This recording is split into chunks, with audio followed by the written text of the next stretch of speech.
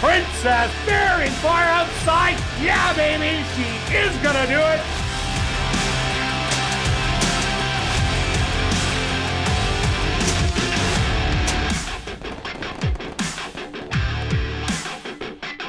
And welcome everybody to ASD Live, brought to you by Manitoba Liquor and Lotteries.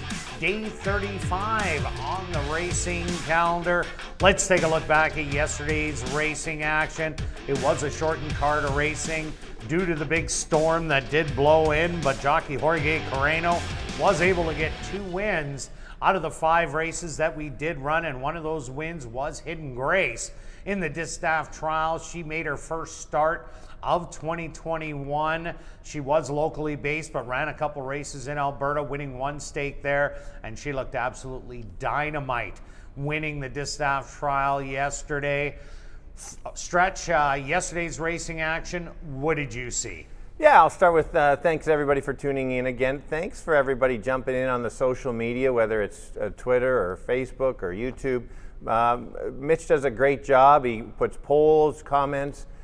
Good, and Kirt and I, we take the good and the bad with it. We're going to learn from it and try to improve, and that's kind of what this show is also all about.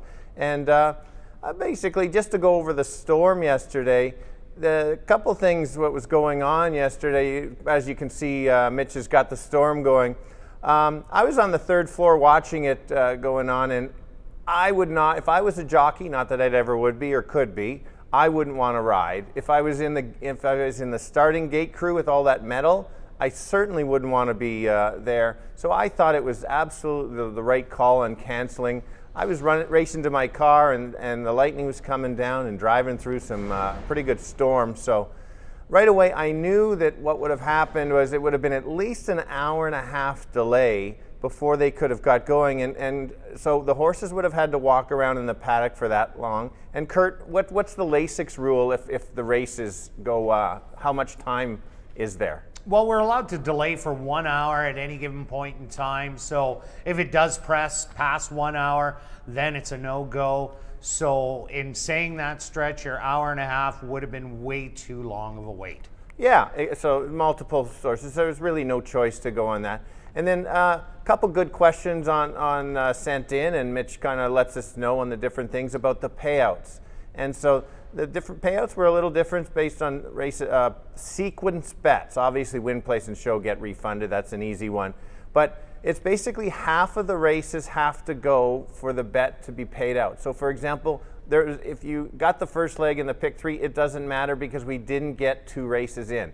So even if you lost, complete refund. Correct. So there's a good break there. Pick 5, you would need 3 races. Therefore, if you were still alive, you would have got the all, and that's how it's paid out there. The pick 4, you only needed 2 legs.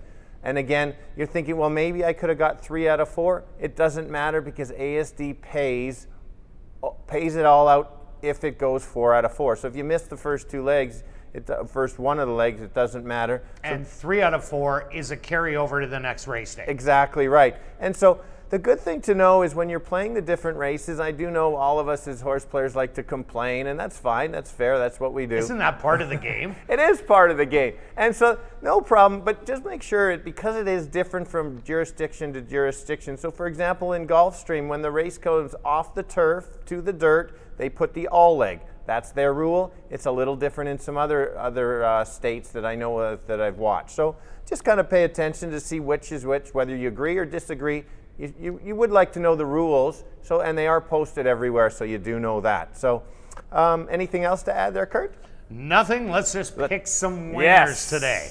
Okay, track condition. Let's go to that. It was soupy when we left, but I looked out there. I've been up there for about an hour. I watched them open up the track, and what I like about it, it isn't that soupy out there, and it looks like they only opened it a little bit. So what that means is I think the times will be fast early on, and we will see that after they run the first and second race, and that means maybe speed will carry, and we'll see how it does progress. But we're going to kick off the card with a $1,500 claimer for 3-year-olds and up that are non-winners of the year. They're going to go 6 furlongs. Scratch number 3, Lipan. Okay, Stretch, what do you got in the first? Yes, and don't mention it is quite windy out there too, Kirt, so we'll have to well, not anymore, though. Not as much, okay. It's no, not down. As much at all. All right, here we go. Let's kick off with a tough race to kick off the card. I'll start by saying that I don't trust any horse that much in here. There's not going to be a prime bet in here for me, but I'm going to start because the race is 6 furlongs, and this is the key for me. The 5 horse is 7 out of 8 in the money, gets claimed back by Tom. Clearly isn't running like the horse did last year, and Kirt would just keep making money on this horse. He's jumped ship, so I'm pretty happy about that. He's jumped ship on this horse. I'm going to get a better price. And a slightly improved effort. I think the horse certainly can get there. Just that closing kick. We'll see if speed holds or not, because we're Kirt and both of us are kind of guessing on how the track is going to play. Oh, most definitely, it's a guess right now. And then the second choice was the 6. Last race was, I thought, an absolute wake-up race. Finally got to see it. It was a slow start, and that was only at 5. And suddenly this horse starts closing, closing last time, gets that extra furlong, and there we go. Kirt's got the 1 on top. I don't disagree. It's got really good work, certainly can win, but I've got it 5-6-1. Yeah, I took the one more than stature in here. I like the way this horse was running last year, and then filtered to the bottoms, 1500 wide open. Never got a great trip, didn't get out of the gate at all. Ended up getting beat by 2 3/4 lengths in the end. But some of those early races were really good as the horse was going through his conditions. But what I like most is that Jared Brown has had this horse for quite some time and has taken its time with it. The last 3 works, all bullet works, the fastest of the day, 50 at a half mile, 36 and 4, and then 49 breezing.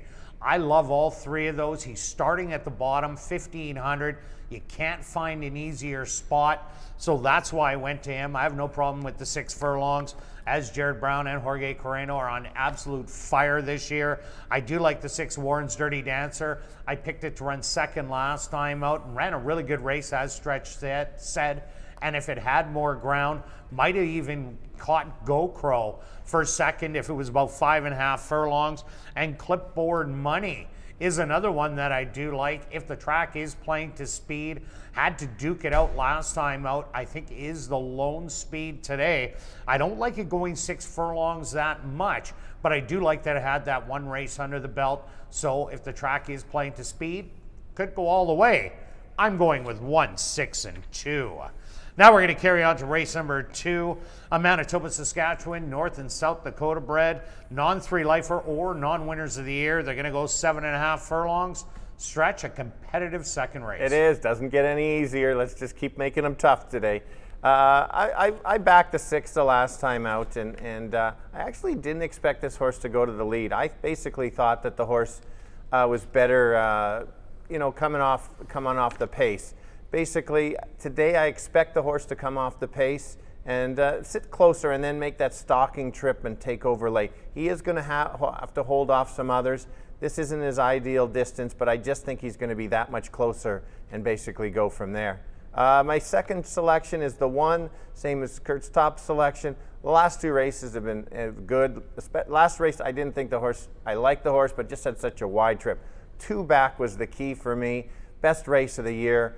Ran so good, similar race, makes him the winner.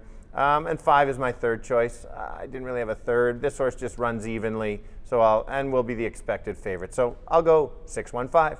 Yeah, Stretch, my top 2 are the same, but just reverse. I like Double Time, speed on the inside. Ran a great race against Bite the Bullet Bro, as you said, 2 outs ago. Bite the Bullet Bro came back to win the very next start. So I think Double Time will be the controlling speed at 7.5. Who Wants a Cold One? The last time it went a route of ground, was sitting dead last, made a huge middle move, but had nothing left in the tank at the end. I can't see that happening because there is only 6 horses compared to 10 last time out, so should get a much better trip. And I like number 2, True Scout.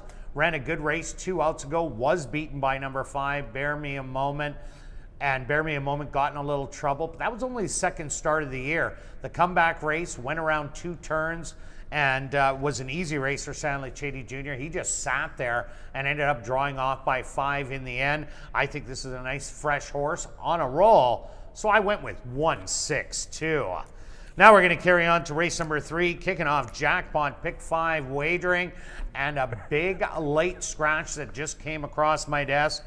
Scratch the big favorite, number 1, Hatshepsut. The 1 is out. Stretch. Now what are we going to do? It's called scrambling, All right, we can scramble. We're going to scramble. Basically, hit your driver into the trees, and now you're trying to scramble to make par, and Mitch comes out, hands the Try to make par. I just try and make less than 9. All right, and Mitch hands you the note that's scratched. He's got your top selection, the lowest price on the card. Now I'm going through this. So I am going to go back to I'll basically put it down, I've got it down to 2 and 4. Those are the 2 horses that I've got remaining, and so they all move up. You never like to move up horses after a scratch because there's kind of a reason, but make sure you re-handicap this race. We're handicapping as we're talking about it. Let's go with the 2 and 4 are kind of the similar horses. They both basically needed the race. I might even lean now a little more to the 2 as my top selection. The horse moved out, made a good move, and then got tired. I liked the race coming from the Century Mile, and and I thought this horse would run a little bit better, so I'm going to give the horse another chance because I took that one. Both of them didn't come out of a relatively fast run race. The 4 was closing late as well, needed a track. So I've got a 2-4, 4-2. Kirt? Yeah, I really like number 2 Cranberry Creek in here now, just because of the half furlong less. This horse looked like a winner and then hit the 16th pole, started tiring. Zoe Rio was sitting right in behind, switched to the outside, ended up getting the win, and Halo's Phenomenon came from a million miles out to run second in there. So I think the 5.5 furlongs is absolutely perfect for Cranberry Creek. I also like number 3 Zenhai, dropping in from the maiden allowance after running for maiden 5 first time out. Hit a tough field in Jeannie Deans and Lady Nyla and the 1 Hatshepsut. But the previous race was a really good one also. Third beaten 2 behind Go With Go and Crimson Bow. This horse making the 3rd start of the year, so I expect some improvement. And the 4 Really Lucky, a little bit of a wild trip last time out, was wide every step of the way, was hanging a little around the turn as it was 7 wide, and then came running really late to grab 3rd, only beating that half a length. So I got it narrowed down now to 3 of them with the late handicapping, 2, 3, and 4. Now we're going to carry on to race number 4, kicking off $25,000 guaranteed pick 4 wagering, a $5,000 claimer for 3-year-olds and up that are non-2-lifers. They're going to go 6 furlongs. Stretch, what do you have in the 4th? Well, I'm still full credit to Beth and Mitch on the crew switching our picks as we talk, as we're handicapping. And I'm a little hurt that I got to go first, gives you an extra 30 seconds to handicap that last race. But anyway, let's move on to race 4. They got a lot of practice switching numbers with you, Stretch. That's true. That's true. They've got good at it. Race 4, here we go. Basically, we've got, I went to the 3 as my top selection. This horse won't have the same speed ball as it did last time. Harry Takes the Change, or some change horse. Harry Keep the Change. Ah, that's the one. Maybe I need the change sometimes. If you remember, this horse won at a lower level 2 weeks ago and basically crushed the race. Struggled yesterday, but still. This horse is a need the lead horse and went all out to try to duel with Harry last time. I don't think you're going to get as much pressure. There is some outside pressure, but it's just a dropping in class from allowance to this race. The 2 back was a very nice race. I think last race was almost just a sacrifice to see how fast. I'm hoping the horse can carry it a little bit farther. That's why I went with the top selection. I did go to 1 as my second selection in case that the 6 can really push enough and put that horse away. I think the 1's going to get expecting getting a stalking trip.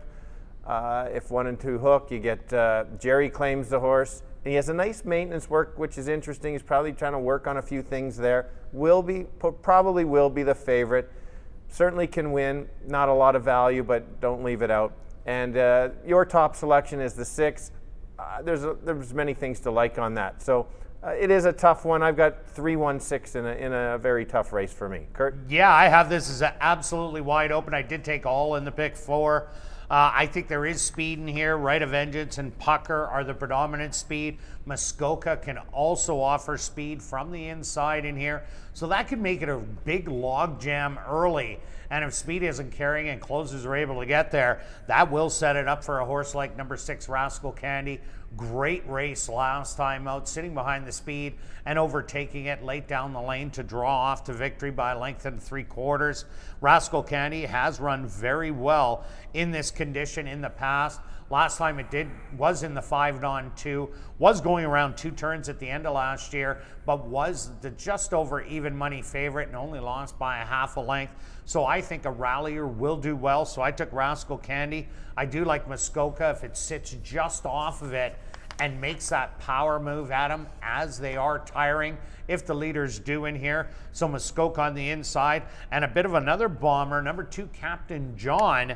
Look at this horse, all route races, 7.5 and a mile, but this horse did break its maiden at Fawner, going 5.5 furlongs and closing from well off of it. So it does have experience going short, was even running on the turf going 5 furlongs. As you can see, Stretch, I did a little homework this morning. And so Captain John, if you're looking for a big long shot, just won this condition going long. Maybe it'll be a late rallier going short. so I took 6, 1, and 2.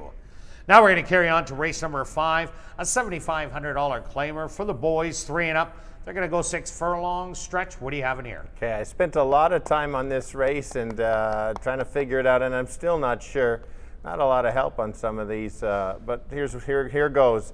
I'm going to go back to the 2-horse, drops back to this level where he's won before, gets a nice solid work.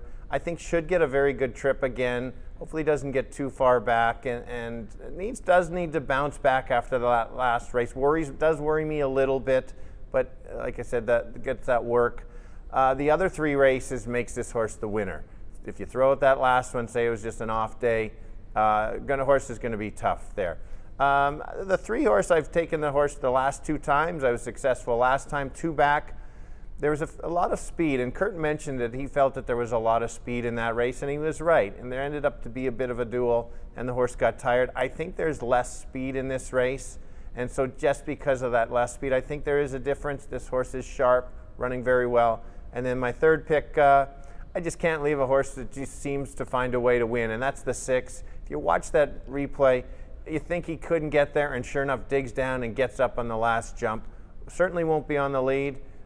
Just see sitting back and should get another good trip. 2, 3, 6. Yeah, Stretch, I think this is another great betting race in here. Silver Spun, also my top selection, but what is he going to do? Is he going to go to the front? Is he going to make that middle move like last time, which I didn't like at all on those slow fractions? I was hoping that he would wait a little bit longer, and he ended up, succumbing to that middle move that he did make. But if this horse sits way back and there is a pace battle, watch for him to go absolutely flying down the lane. Now, if the track's playing the speed, they might change it up and go right to the front. But Silver Spun does have some good early speed, has showed it last year as the horse did go wire to wire, battling on the front end. I think 7,500 is a big difference in the first level allowance. The optional 10,000. This horse, the last time he was there, won easily by 2. I think should have won first time out, but was in a heated battle. So Silver Spun is my top selection. I also like number 1, Hoochie Coochie Sam. I think that he's going to be able to sit on the rail in behind all the speed. Made a good move last time out, ended up tiring, but maybe just needed that. That was going 5.5. I think he's going to like 6 furlongs a lot better. And with the rail draw, I think that's the most important thing. And I like number 3, El Chairman, who could be the speed of the speed in here. But you can't throw out Mana Blues or Drizzy. Makes it a real tough race. But I'm taking 2, 1, and 3. Now we're going to carry on to race number 6, an allowance optional $10,000 claimer for 3-year-olds and up. They're only going 5.5 furlongs. Stretch, who do you have in here? Just felt that last race was a good cover, as you basically mentioned every horse. I tried to. It's a tough one. It is a tough one. Full credit to trying to get full credit if that whatever horse wins. Yeah, I got it. I hit the all button. All right, here we go. I think there's a big pace battle in this race. There's just enough speed between the 4, 5, and 6 to basically, I think, set it up for a dream trip for the 7 again. I think the horse will get a wide trip, but that's okay. The horse is going to be out of trouble. This horse likes to make that nice even move around the turn, and he keeps doing that. I think runs back to the last couple, should be tough again, should get the right race shape to set it up for him. And I'm going to back my 2-horse again. He's been running well at big odds the last few, and I think he's just rounding into another top effort. You had the 2 good races. You had Lasix a 3rd time. Now you notice he's been running well with the Lasix. A couple good works as well. If you notice yesterday, we talked about the horse that was kind of improving or setting up for a big race, and that was the 2-horse, Kirt, if you remember the name. Just lost in the photo, came up the rail. Which race? The 3rd. Anyway, it was the 2. The big favorite was, I believe, the 5, and it came up the 2. Okay. Anyway, that's okay. That's the first time you didn't know a name, Kirt. That's anyway. Here we go. I'm throwing out so many races to you. How could you? I'm still with Hapshit trying to change some of my picks with that late scratch. Yeah. I had it everywhere. Everywhere. Anyway, back to the improving horses. The 2-horse. And I think he's gonna be tough. And then the last one is I never like to leave out Lone Speed, as Kirt didn't. He thinks that's the speed of the speed. So and have to hold off his entry mate. Is it JB 1-2? Anyway, 7-2-4. Yeah, I got the same 3 horses as you. I think that number 4, Major Munnings, is going to love that this race is 5.5 furlongs. Yes, Half and a Rapper and Trumpum are also speed in here, but Major Munnings has gone against speed in the last 3 outings, but has just been plain and simple quicker. And I think that off that last race, only beaten by 3 to Doc's Class Act, Marquis Well, and Hazim, I think that this horse now going 5.5, if that race was 5.5 last time out, might have hung on for the win in there. So I think the distance is the key. You get Antonio Whitehall back up for a second try. He'll know the horse a little bit better. So the inside of the speed, I think he might be able to take it all the way. Marquis Well, got to have the horse running good each and every time. And Hazim, I'm with you there. Lasix has really turned this horse around. And if there is a heated battle between the 4, 5, and 6, Hazim will have the first shot at those leaders at the head of the lane, and he'll have to try and fend off the late charge of Marquis Well. So I got it down to the same 3, but I'm taking 4, 7, and 2. Now we're going to carry on to race number 7, a $5,000 claimer for fillies and mares 3 and up that are non-2 lifers, going 5.5 furlong stretch. What do you got? Well, after the scratch, this makes for me the most likely winner on the card. I'm not sure what the price might be, but I'm going to stick with the probably the sharpest mare in here, and that's the 1. Solid last race. Race before wasn't bad. And take a look at Murray Duncan. Is an incredible 15 of 18 starts this year in the money. And then he gives this horse a work after a win. For me, it's not really a reason to work this. He's just keeping this horse sharp. The horse, I think, is already sharp, so he could be even a little bit better. No reason that he can't go back-to-back with the rail ride. I think this horse's race to lose, and then it becomes wide open. As you can see, Kirt and I have different horses underneath, and that makes total sense. It was my long shot last week that I bet place, and I liked how the horse closed, and that was a short field, only 5 furlongs. Now we get an extra half, and that's, like I said, that's the 4. What do we got? I am on you. Oh, thank you for saying that. No problem, buddy. I was just going to go I am, so it's easier that way. I think this horse easily has a good chance to run second. Morning line 6-1. It's going to need a really big effort, I think, to beat the 1. Don't think it can, but completes a nice exactor for me. And the last one is the horse has already won twice this year, and that's the 6. I think she's running well. She's beat a few of them already. I like the 2 wins. Again, third selection, but maybe could move up a little bit. So Kirt, 1-4-6. Yeah, I'm with you on Remy Rising Star. First 2 starts was pulled up after that second start. Switched barns, ran a good race, and had a bullet work in the middle. That July 11th worked 48-3. Me and Stretch looked at that one and said, wow, that's a great one for Remy Rising Star. Maybe it's coming around. And then ran that absolutely huge race. And those fractions were solid that day, going 46 to the half. And it was never in doubt by the 3/8 pole that Remy Rising Star was going to win that race. So this horse has already won this condition, and that was 2 years ago in 2019, was the 75 cents on the dollar favorite. And just the way it ran last time out, this is the horse to beat. I also like number 8, Gold Shaft. 5/8 was plain and simply too short last time out. Gets an extra half a furlong. I don't think it can run down the 1 horse or any horses that are on the lead, but definitely can make a big placing after that. And I like number 5, Home Early Shirley. Showed some speed last time out. Waited for the stablemate to come on side.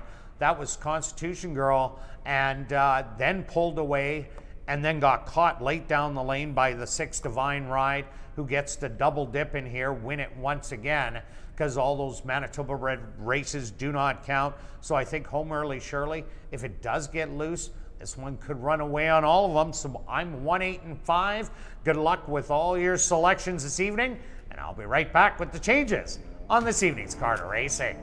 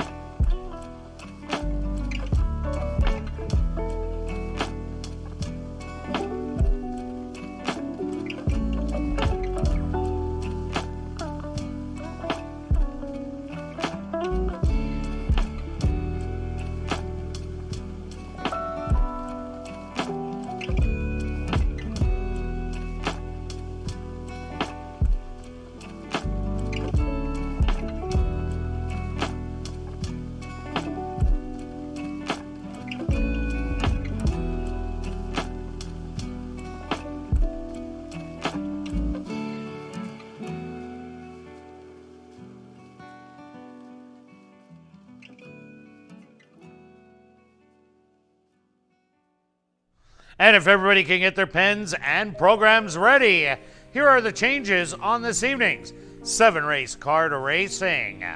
Turning your programs to race number 1, scratch number 3, Lipan. That's in race number 1, scratch the 3, Lipan. Now turning your programs to race number 2, there are no changes. Turning your programs to race number 3, kicking off Jackpot Pick 5 wagering. We had a late scratch. Scratch number 1, Hatship Suit. That's race number 3, scratch the 1, Hatship Suit. And this does kick off Jackpot Pick 5 wagering. The carryover is just over $22,000. But if you are the single winner, you will take home a guaranteed $250,000. Now turning your programs to race number 4, the in loving memory of Florence Marion Hunter purse. Just a couple overweights, and they're on your television monitors. Now turning your programs to race number 5, just a lone overweight, again on your TV monitors. Now turning your programs to race number 6, number 7, Marquee Well will not run for a claiming price. Once again in race number 6, number 7, Marquee Well runs for the allowance, will not run for a claiming price. Now turning your programs to race number 7, our jackpot high 5 race of the evening. The carryover just under $96,000. And there's just a few overweights. Well, it's turned out to be a nice day here in Winnipeg.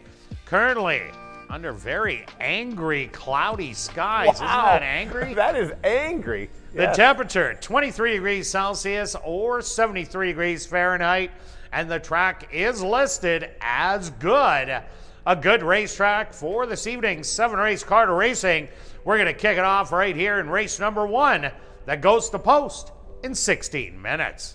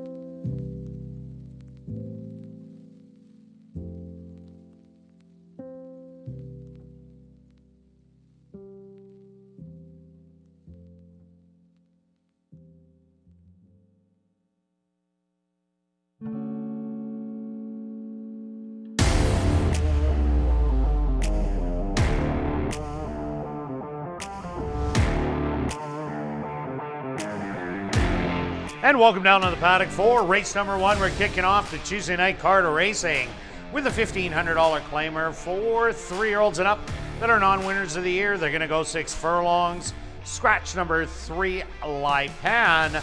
Stretch, who do you like in the first?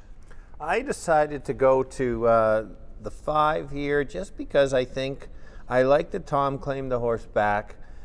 Why would he claim the horse back? It's already in August. He knows what he gets. I think he knows this horse quite well.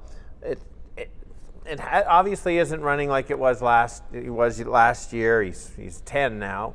So, but I think his race, or even just a little bit better, is good enough to win this race. My big angle was this horse is 7 of 8 in the money, going 6, and so that's good enough for me in a race like this. You can't trust anybody in this race at all because, well, they're in for bottom. So that's the one I started with. I like your 1, but let's sell me even more on the 1. Maybe I can move it up to 2nd. Well, the 1 had a great year here last year. 7 starts, 2 wins, a 2nd and 3 thirds. But I just like the way that this horse won its non-2 lifer by an easy 9 lengths. Came back in a 10-on-3, ran a good race against 2 Steps Faster and Candy Con. Ended up graduating out of the 5-on-3, ran a great race in the 5-on-4, and then cheapened up to the 1500s. Now it starts out at the 15 non-winners of the year, but 3 solid bullet workouts coming in. Jared Brown and Jorge Cranio, they've been teaming up. They've been a solid combination all year long, hitting at, what's the percentage Stretch? About 25 to 30%. So the trainer, jockey trainer combo. How about 40? Okay, 40%, even better. So More Than Stature does have tactical speed and won't let number 2 Clipboard Money get too far away on the front end. And I think this horse is in for 1,500 because they're having an awesome year. You might as well put the horse where it is going to win. If you end up winning this race, he's going to get about 5,300. If they claim it, another 15. What's wrong with $6,800 for a first start? So that's why I went to More Than Stature. Warren's Dirty Dancer is my second choice. Made a great rally down the lane. Go Crow, the second place finisher, was the loose speed horse out of the Robertino Diodoro barn and got caught in the last stride by Tally.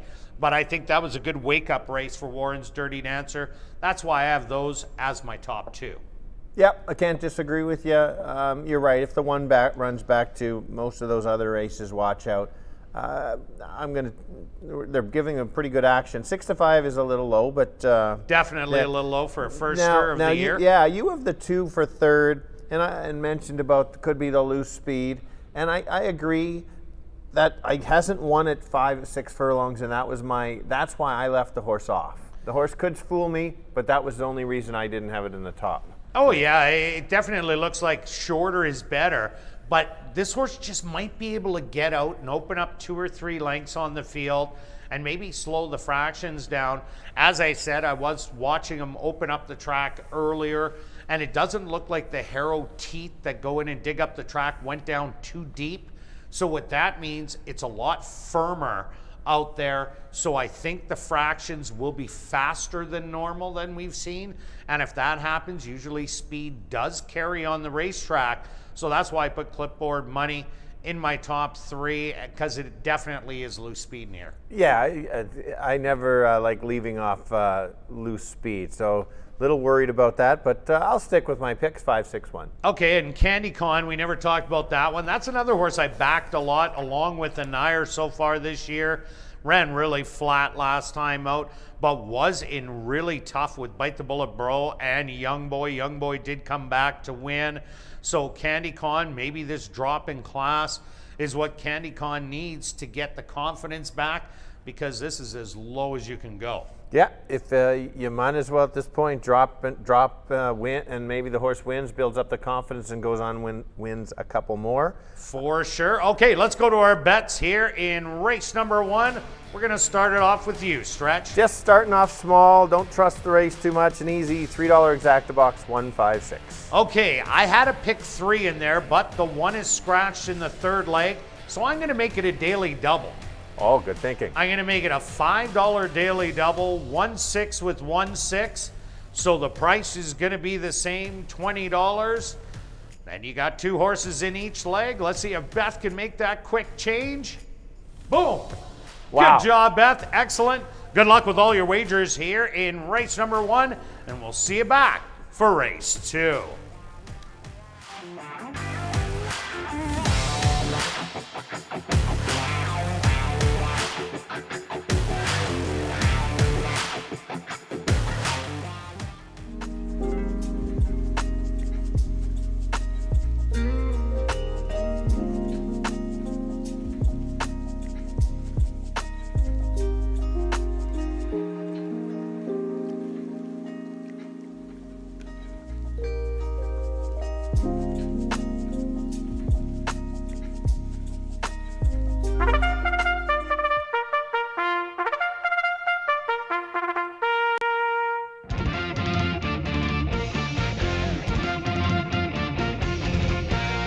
The horses are on the track for race number 1. They're going to go 6 furlongs for $8,500. Number 1 is More Than Stature, owned by Ira Donald and King Couture, trained by Jared Brown with Jorge Carreño. Number 2 is Clipboard Money, owned by Daryl Sanderson, trained by Jerry Gorno with Sheldon Chickeness. Number 3, Lipan was scratched. The 4 is Candy Con, owned by Black Diamond Stable, trained by Tom Gardapi Jr. with Shamari Muir. Number 5 is Anire, owned by Black Diamond Stable, trained by Tom Gardapi Jr. with Leroy Nelson.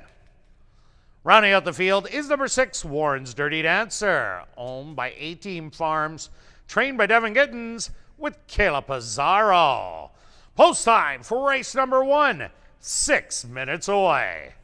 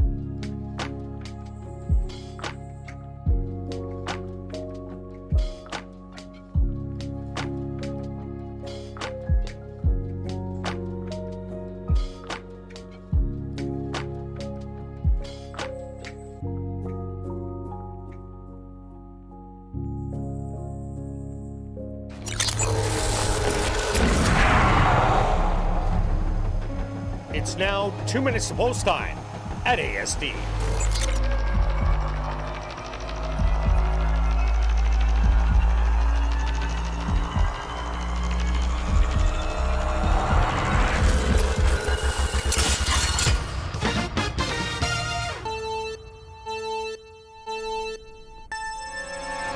All right, we're kicking the night off with a 6 furlong sprint with horses that haven't won this year. That makes it wide open. The betting board, as you can see, there's no big long shots and no big favorites. I'm going to jump on the 5.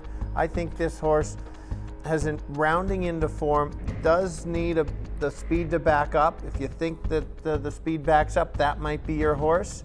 The other one that's been running the last race coming from the back is the 6. So if you think the speed won't go, it's 5 and 6. Kirt?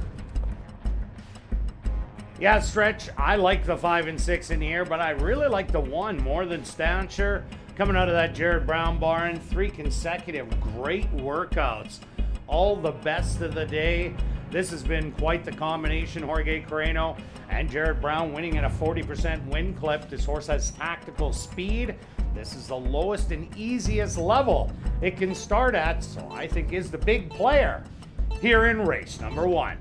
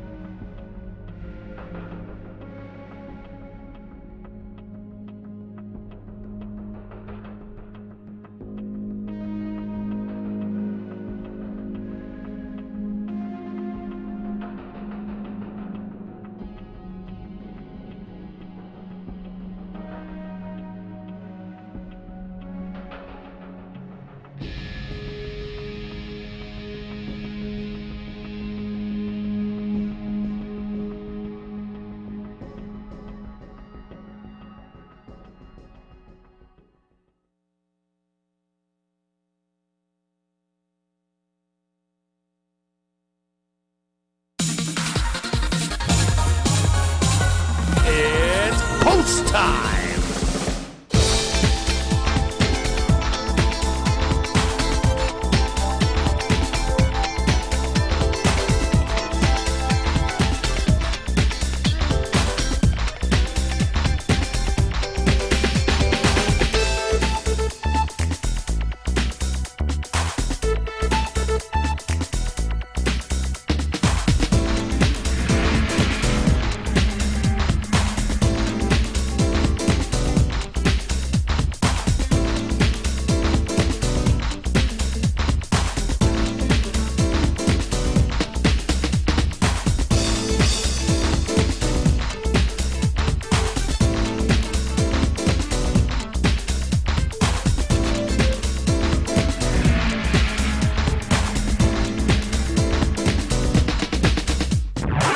More than stature, the current 4 to 5 choice, now even money, is first into the starting gate.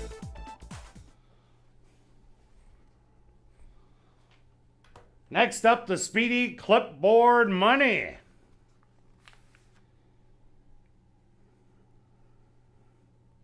He's in. Candy Con's turn.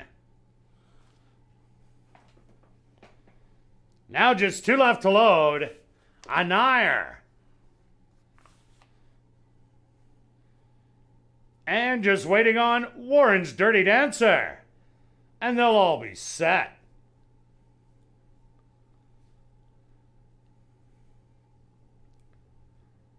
They're at the post. And they're off. From the inside, Clipboard Money. Flashing that early speed, but is getting company on the outside from Warren's Dirty Dancer. And these two separated by 5 lengths. 2 and 3rd, Candy Con. On the rail, More Than Stature. And your early trailer will be Anire. 22 and 4. The opening quarter, they're driving right along. And Clipboard Money now at the lead by a length. Warren's Dirty Dancer trying to keep within second. Candy Con creeping closer, but still 6 lengths out of it. More Than Stature getting going, and Anire has a lot of work to do. The half, 45 and 4. Blazing speed out of Clipboard Money as it hits the head of the lane, but the tank just might not be full as Candy Con is trying to measure it, and a late move from More Than Stature. Clipboard Money, but Candy Con will go on by. Candy Con gets the win. Second's going to go to Clipboard Money. Third to the one More Than Stature.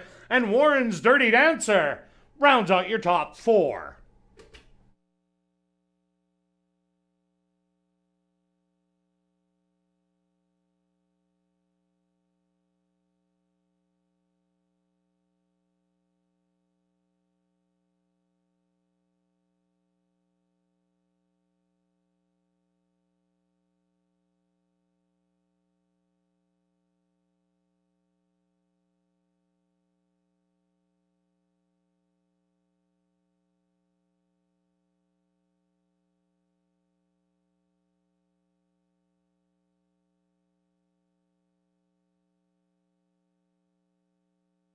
The Stewart's opposed to number 4, Candy Con, as your race winner. Second goes to number 2, Clipboard Money.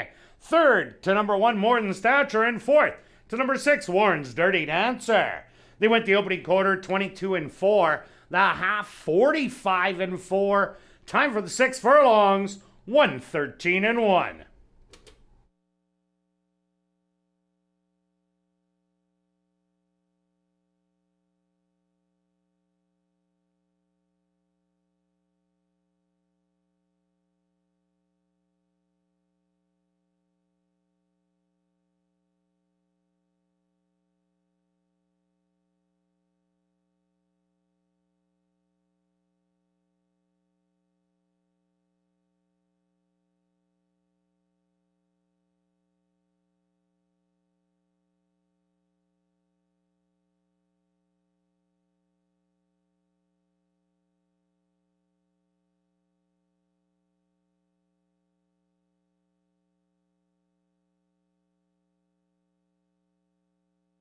Now entering the winner's enclosure, the official winner here in race number 1, that's number 4, Candy Con.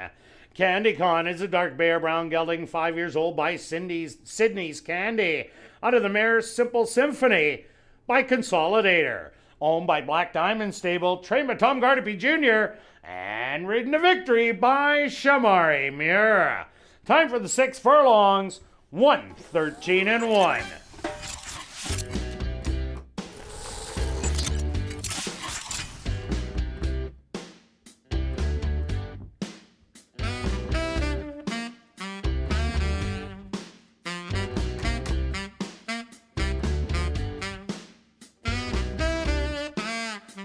Ladies and gentlemen, please take note.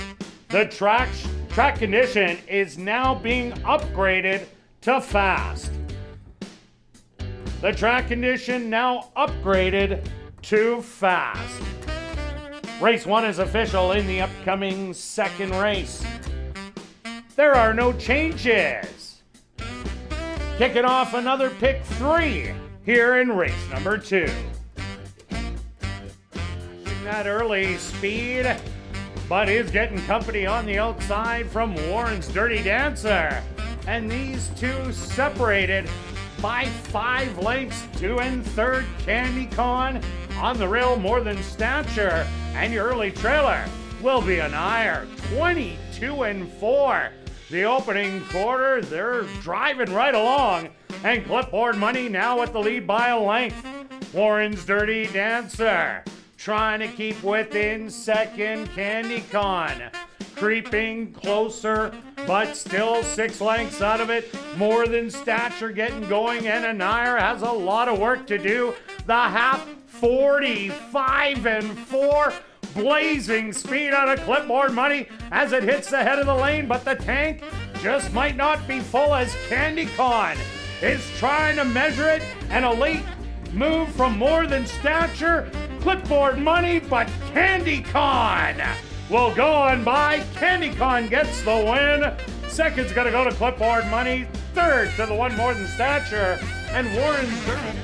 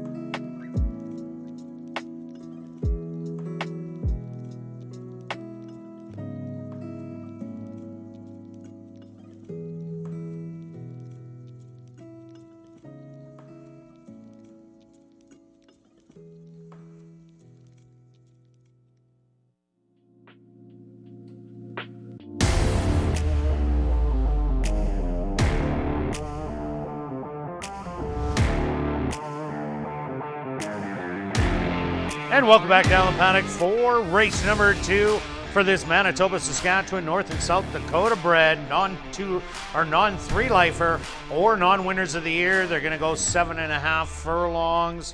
Stretch that track lightning fast. No kidding, those early fractions, wow. So it'll be interesting to see how it plays out, especially that fast for that level. And I was right, being that I didn't trust anybody, and I was right that I was probably going to be wrong, so I nailed that race. You nailed it on the other end, but it didn't cost you a lot. No, that's why you have to dip your toes in sometimes. Right. Understand that all races are not equal, and you can't, hopefully you don't think you're going to be right on every race, and understand which races you can trust and which ones you couldn't. That was one I didn't, and hence the smaller wager. Okay, race 2, as mentioned, this race can trick us at times too. Well, every race can trick us at times, but this condition can. I will start with the 6 horse. I gotta have it down to 2 horses.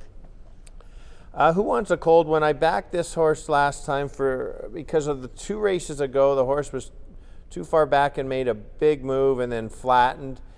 And yes, the 7.5 is the little bit of the question, but then this horse, Carino, I guess he felt he had so much horse, got pulled to the lead, and I don't like when this horse goes on the lead. I'd rather he sits just off and takes over, and that's when he runs his best race. So I think the horse is coming back into form after 2 pretty good races, probably not going to the lead, but should sit close. Similar move like he did on July 12th. Won't have to make up all that ground, and maybe that'll be enough to get him to the winner's circle. I like that, hasn't have lots of starts, 13 starts and 2 wins and 2 seconds, so it's not getting one of those horses that doesn't win very often. So that's my top selection. Yeah, well, we got 3 horses in here that finished within a length of each other last time out, the 1, 5, and 6. I'm in agreement with you. I like Who Wants a Cold One, stalking rather than going to the lead. The horse ran a monster race 3 outs ago, only to get caught by Bunch of Cash in the end. But I think that was a dynamite effort that day. So in saying that, I think the speed of the race is number 1, Double Time on the inside. I really like that race 2 outs ago against Bite the Bullet Bro, as you did. Ran second. There was 2 shots. Skoden was in there, who had really good speed. It went out against Bite the Bullet Bro. Double Time went and tried Bite the Bullet Bro, and he just kept on going and then came back to win his very next start. Double Time came off the pace last time out, as it did draw the outside post position. But I think Rafael Zentino Jr., who does get the most run out of this horse, has rode it 3 times, has a win, a second, and a fourth, takes advantage of the inside. I think he will be the controlling speed. And if that is the case, I like Double Time to try and take it all the way. Yep, fair call. Like we've always said all year, watch the rail on these 7.5 furlongs. Yeah, that 2-back was a big race. Don't disagree there. The horse that I have for third, this horse just runs evenly, gives a nice even effort. I'm surprised it's not the favorite. They bet this horse last time, and then 3 starts ago was the favorite. It could get a good trip if suddenly maybe the 6 wants to go, or the 1, 2, and 6 maybe knock heads. Then it could set it up for the 5. Kind of had an even trip, could just get a dream trip. Antonio might just put this horse in a perfect spot like he does a lot of times. So that's why that was my third selection. Yeah, and I went to number 2, True Scout. That's who I picked against Bear Me a Moment when they met on June the 28th. And True Scout had a good trip, even though he might have pulled the trigger a little early, 3 wide, where Bear Me a Moment was sitting on the rail, got in a little trouble, got out, and then went on by True Scout late down the lane. But that was only True Scout's second start of the year. Last time out was the 35 cents on the dollar favorite and easily won that race. And he just didn't move his hands, Stanley Chady Jr., at any point in that race. He didn't want to go too fast. I don't even think he wanted to be on the lead, but the horses dragged him there as they were slow fractions and easily drew off to win by 5 3/4.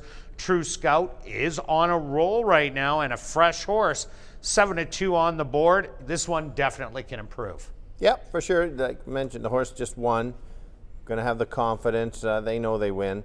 And so a couple horses I've backed, this 3-horse Zip Eddie at times, and you can see it hasn't really paid off too often. Well, after that first start of the year, both of us said, you got to throw this horse in. I don't know where the race came from, but it was a big one. Correct, and it hasn't really lived up to that first couple races. But this condition, you just never know, could get that duel and could have that wake-up call. Did win the last race of the year last year in September at 11-1 after a not so good start, and now so if you're a long shot player, this is a race you could try some long shots just because you just don't know. Well, yeah, if you think there's going to be a pace battle between 1, 2, 5, and 6, who all have early speed, if they all go out and take turns beating on each other, becomes a double duel with a wide move in there. You might even look at number 4, Quest for the Wire. This horse's first 2 starts of the year were late belated rallies, ran 3rd and 4th, but only got beat by 2 lengths in both of those races. Then went 7.5, Bite the Bullet Bro went wire to wire, double time, chased every step of the way. And then last time out was again way too far back. But again, if there is a lot of pace on the front, a horse like this can get there with Zip Eddie. Absolutely, yeah. There you go, the 2 longest shots. And everybody's going to say, how can those come in? Well, like you said, 1, 2, 5, and 6 knockheads, and away you go. There is a late work on the 4, just a maintenance work. But who knows? You can see those couple of those races that he closed late, 19-1. You know there's going to be some holes, but maybe today is the day. All right, no doubt about that. Let's go to our wagers here in race number 2. Stretch, start us off. I've upped it to $4 exactor. Ooh, look at that. Spending a little bit more. Not your level yet. You've got the big bucks, I guess, from last Monday. $4 exactor wheel, 1 and 6 with 1, 2, 5, 6. Hey, even on the short day yesterday, I still pulled a $200 profit. You did. I had some early, and I did have that pick 5. I was 3 for 3 and had 3 horses in the last, so I got it 3 times. But I'm taking a $5 exactor box, 1, 2, and 6. That'll cost you $30.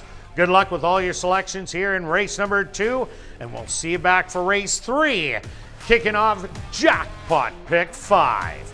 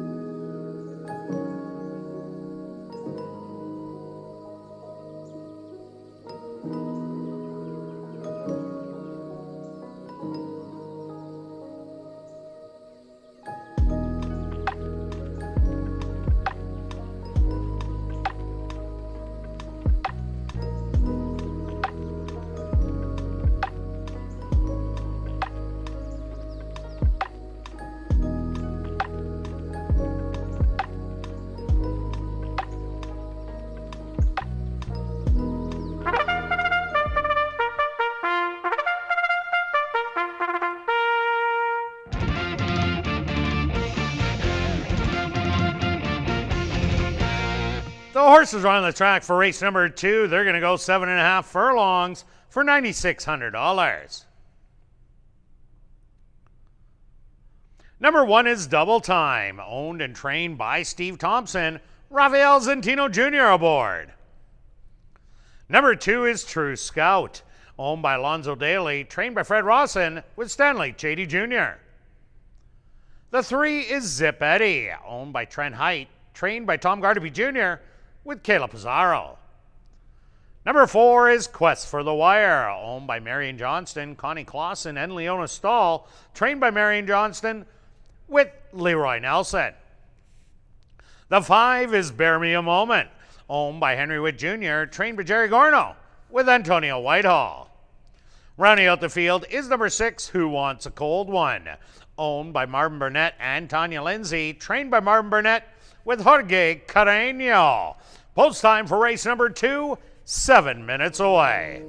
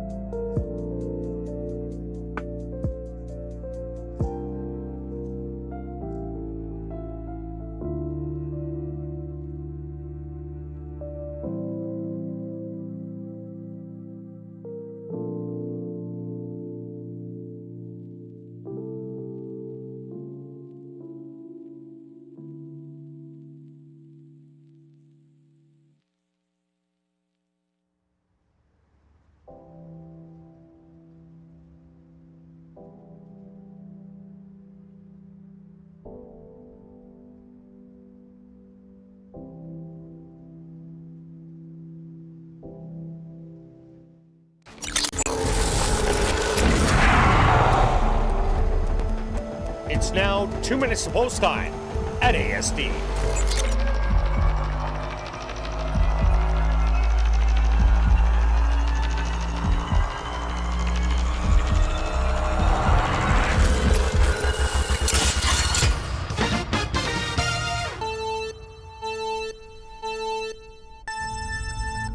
All right, race 2, we're going 7.5 furlongs. That's 2 turns, twice past the wire. You can look at the betting board. The public isn't sure who's going to be the favorite. You've got 4 horses between 2-1 and 3-1. I'm going to go to the 6 horse on the outside, Who Wants a Cold One. I think this horse is going to get a nice stalking trip, maybe just off the flank of the 1 and the 2. I've got it down to the 6 and the 1 in here. Maybe the 1 can steal it, but let's go 6-1-5. Kirt? Yeah, Stretch, I'm taking a shot that number 1 Double Time can steal it in here. I love that he draws the inside post, and that's key going 7 and 7.5 furlongs. Lots of experience for him. A couple long shots maybe to throw underneath. I do like the 6 Who Wants a Cold One, but what about number 3 Zip Eddie? 3 starts at the distance. 2 of them were wins, and those were the only 2 lifetime wins. So maybe if there's a pace battle, watch for the 3 to rally late. Good luck here in race 2.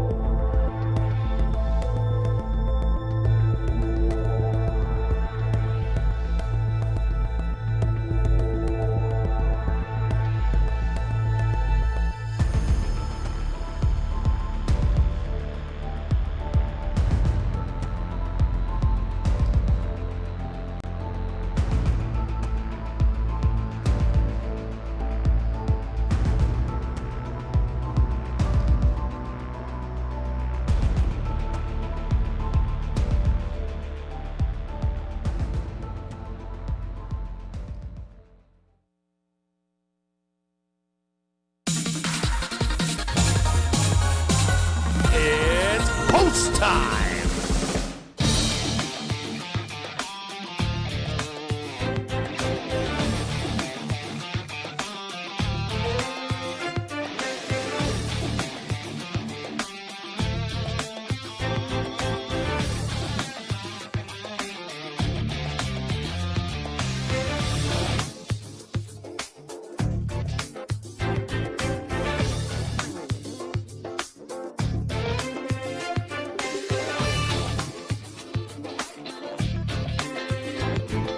Double Time, the first one into the starting gate.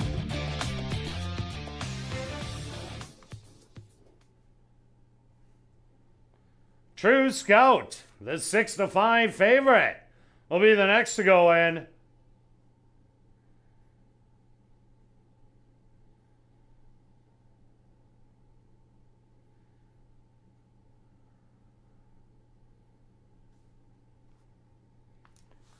It's Zip Eddie's turn.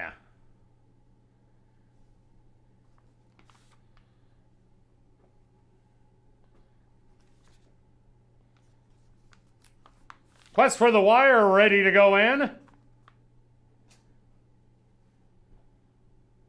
Now just 2 left to load. Bear me a moment. And just waiting on Who Wants Cold One. They're all set. They're at the post.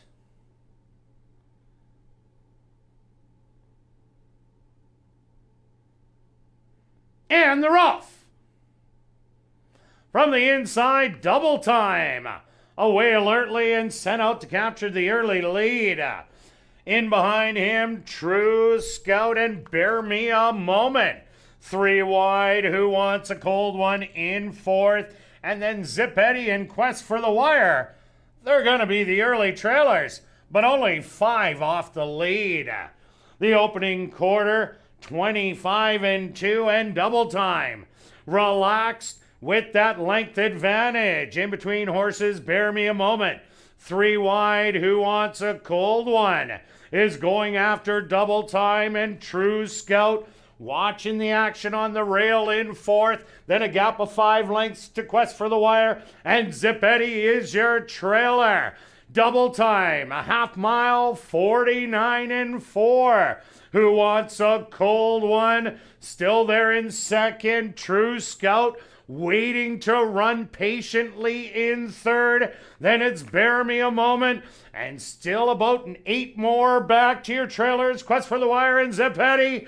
But it's Double Time as they hit the head of the lane, has the lead by 2. And an all-out drive from 2nd. True Scout is now ready to roll at him, but Double Time just keeps widening the margin. Double Time up by 5 and in cruise control. Coming to the wire, Double Time's gonna win it. 2nd's gonna go to True Scout, 3rd to Bear Me a Moment, and 4th to Who Wants a Cold One.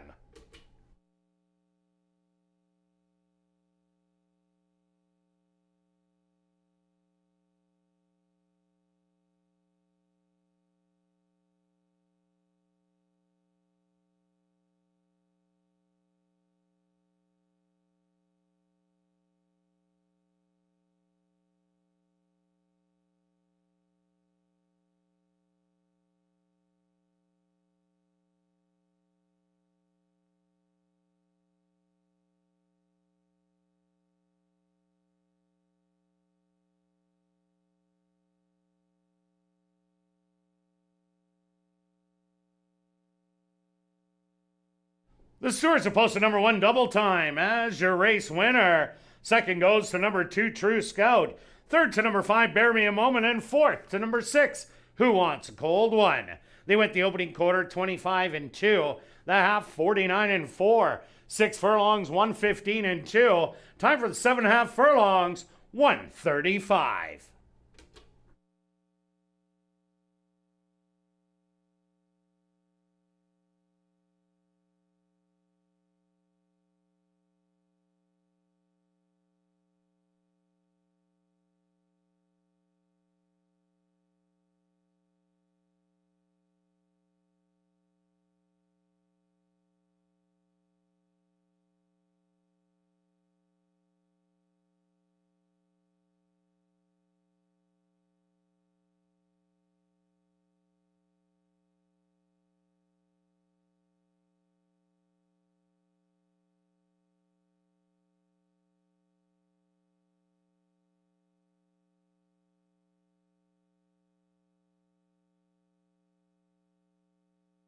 Now entering the winner's enclosure, the official winner here in race number 2, that's number 1, Double Time.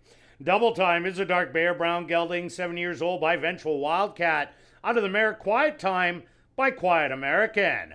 Owned and trained by Steve Thompson, and ridden to victory by Rafael Zentino Jr. Time for the 7.5 furlongs, 135. Number 1, Double Time, was proudly bred right here in Manitoba by Steve Thompson.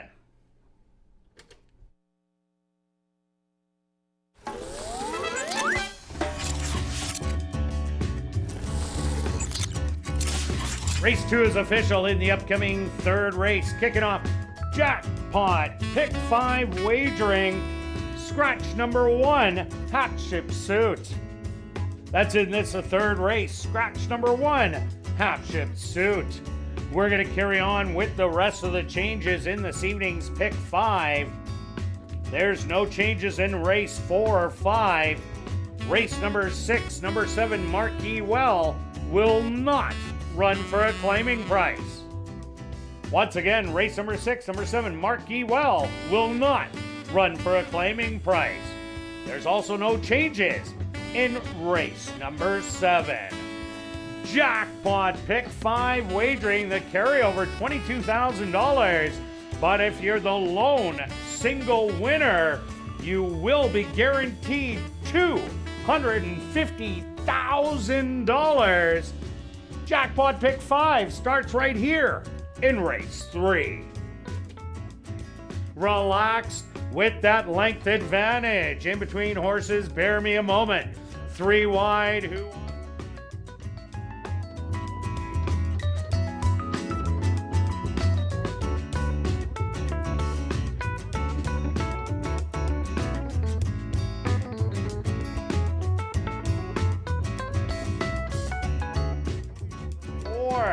Who wants a cold one? Still there in second. True Scout waiting to run patiently in third. Then it's Bear Me a Moment. And still about 8 more back to your trailers. Quest for the Wire and Zipetti. But it's double time as they hit the head of the lane. Has the lead by 2. And an all-out drive from second. True Scout is now ready to roll at him, but Double Time just keeps widening the margin. Double Time up by 5 and in cruise control. Coming to the wire, Double Time's gonna win it. Second's gonna go to True Scout, third to Bear Me a Moment, and fourth to...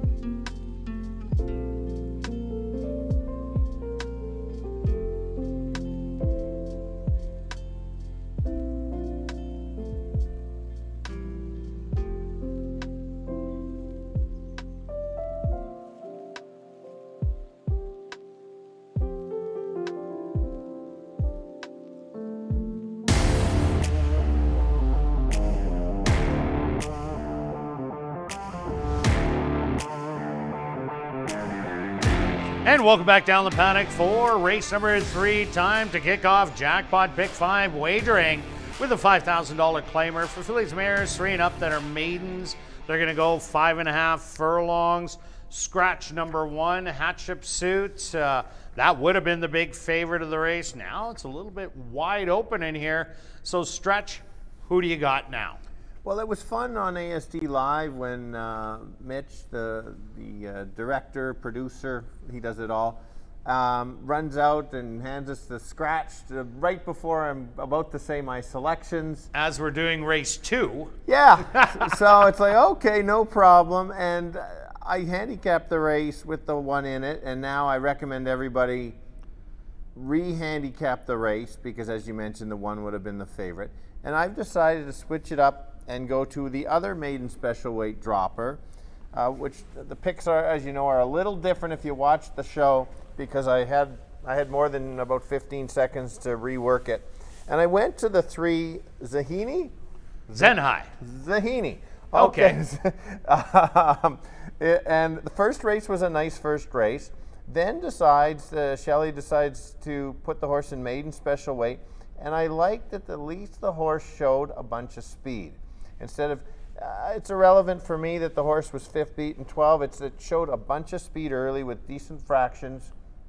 And the horse looks even better after the first 2 races with the fractions, and the horse is doing well up front.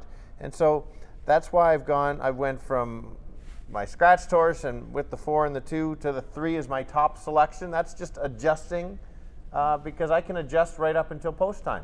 Oh, no doubt about it. How many times have you went from a key horse to all of a sudden, well, you know what, I don't want to key this one anymore. Maybe the track's playing a speed. So far, we've seen speed do good in the first 2 races. Clipboard Money ran a little farther than we thought. We thought it was only a 5.5 horse, and it almost won the race on those fractions. Then we see Double Time taking advantage of the inside, going wire to wire. So maybe speed's going to play throughout the card. So I'm going to lean towards that. Who I think is the speed in here? Number 7, Tormenica. But Tormenica can't go the distance. She showed speed in almost every start this year. Last time was against non-2 lifers. Now back against maidens. She was not going to head Storm Squall, the horse that ended up running second that race.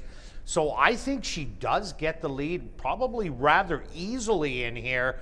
But I think she's going to tire as they come down the lane. I think her max is like 5 furlongs. So in saying that, I want a horse to sit close to the pace. So I'm going back to your selection of last time. That's a 2 Cranberry Creek. I didn't give this horse enough respect. Usually Century Mile horses need a start over the surface before they show their best. And it looked like this one was going to win right until inside the 16th pole and just tired late and got caught by 3 horses. So I think this 5.5 is absolutely perfect. You get the top jock, Jorge Carreño. You get an inside draw in here. So I think Cranberry Creek can run a massive race. Agree. And it, like we were talking on ASD Live, and this was my pick right up there. I think this horse has to come off the pace, just off, because like you said, there is enough space. Now, I'm going against the bias. It's too early. You don't want to jump on only speed horses after 2 races. Oh, definitely not. Yeah, and so my other selection is the 4, and that's my second selection. Same angle as the 2. Both we're going to go with needing a start coming from well, this case Lone Star, but at least it's coming. One start was closing a little bit late. Be careful on closing too fast because it wasn't a fast time, but it seems that Jerry knows how to figure these horses out. He's a 16% clip right now, leading trainer, where the previous trainer was at only 6%. So you certainly don't want to leave that one out. That's kind of my closer in the race. Yeah, and to add to really lucky, this horse did check at the 8th pole. Down the lane, had to take hold a little, but still kept coming. Around the far turn, this horse was about 7 wide. But I just like that the horse just kept coming at the end. If you think that Tormenica is going to go out, Cranberry Creek, Zen High, and Secret Agent Gal. And you can even throw Wits Girl in there, who did show speed in the first 2 outings. This might be the only closer of the race that doesn't sit far off of it. Correct. Yeah, you just kind of figured out the race shape. Now, one of the jockeys might think, oh, the horse can come, one of them can come just off, so that might out jump the 4. But yeah, I can't disagree with you there. Yeah, already twice this year we've seen 6-horse fields, 5 horses battling on the front, and 1 lone horse sitting behind. Anwara and Cabin John were those horses sitting behind, and both of them won, and both of them, well, Anwara got up the rail, Cabin John came on the outside, but took advantage of things like that, and they weren't sitting far off it, so that might be really lucky in here. And you get Antonio Whitehall on for Jerry Gorno. What about Wits Girl? Was the beaten favorite last time out against Cranberry Creek. First time out, ran against the boys, and that was a tough race. We see Pucker coming up in the next race, and the horse that ran second, Benroy, that was my best bet on Derby Day that got the job done in the last race. Yeah, the tough part with this horse, which happens to be the favorite, is the running style. Now, if Zentino thinks he can bring the horse off the pace, then I would like the horse a little bit more. I really don't see many lines in there that the horse passed horses in the stretch. If you think the 6 can clear, then that's a different story. I don't think he can. No. And so it's going to be up against it. This is what I would call the vulnerable favorite at 6-5. For sure. Yeah. I agree with that, because I think Tormenica is going to have the lead easy in here. She does have blazing speed. It's just carrying it the distance is the question mark. Well, let's go to our bets here in race 3. Kicking off that jackpot pick 5 stretch. You're going to start it off. All right. So the pick 5, I'll just read it out. So I have a problem, Stretch. I've got a real problem here, Stretch. So you're going to cut me out of the $250,000 because somehow we actually have the identical ticket. By the way, if anybody wonders, we don't look at each other's tickets until basically the show. This is what we got: 2, 3, 4 with 1, 2, 3, 6, 7 with 1, 2, 3, 5, 6 with 2, 4, 7 with the 1.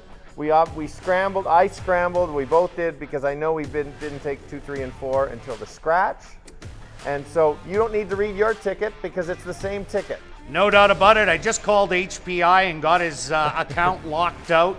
So we aren't going to have the same ticket. Stretch has got a battle with them. He's only got 9 minutes. Good luck with all your wagers here in race number 3.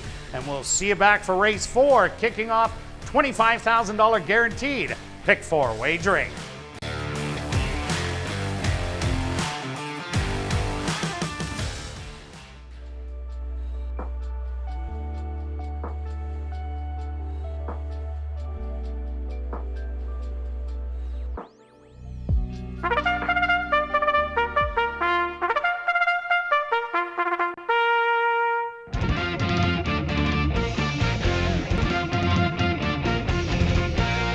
The horses are on the track for race number 3. They're going to go 5.5 furlongs for $9,400. Number 1, Hatship Suit, is scratched. Number 2 is Cranberry Creek, owned by Castletine Stables, trained by Winnie Anderson with Jorge Carreño. Number 3 is Zen High, owned by Kyle Hebert and Silver D Stable, trained by Shelley Brown with Stanley Chady Jr. Number 4 is Really Lucky, owned by Henry Witt Jr., trained by Jerry Gorno with Antonio Whitehall. Number 5 is Secret Agent Gal, owned by Pink Cloud Racing, trained by Courtney Ross with Neville Stevenson. Number 6 is Wits Girl, owned by Henry Witt Jr., trained by Jerry Gorno with Rafael Zentino Jr. Rounding out the field is number 7, Tormenica, owned by B&J Stable, trained by Shelley Brown with Leroy Nelson. Jackpot pick 5 wagering kicks off here in race number 3. They go to post in 7 minutes.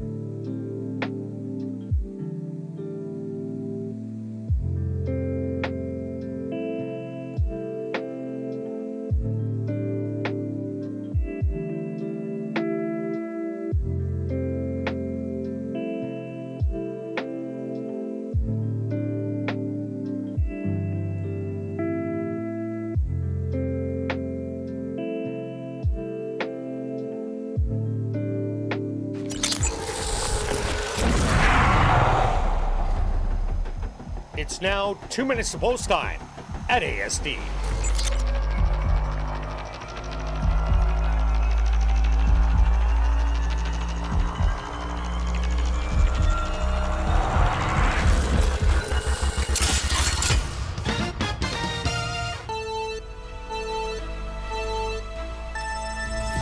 Okay, maiden fillies going 5.5 furlongs. There is a fair amount of speed in here, so you've got to determine, can a horse clear or not? I think the 3 horse is dropping from a higher level, did show speed last time. I'm hoping that the horse will just sit just off, make the move first, take over, like the price at 5 to 1. Others to consider are the 2, and the actual true closer in the field would be the 4. That horse will not be anywhere close to the lead, flying late, so I'm going to go 3-4-2. Kirt? Stretch, I'm with you. Not a strong opinion on who's going to win it. I do like the 2, great race last time. I like the drop on the 3. The 4 got in trouble last time. But if you want to bet the speed of the race, undoubtedly, number 7 will be on the front end. The question, can she go? The 5.5 furlongs, I think she's more of a 5 furlong horse. But the 2 ran so good last time, I had to put it on top. I think it's going to improve, and slight improvement puts it in the winner's circle. Good luck here in race 3.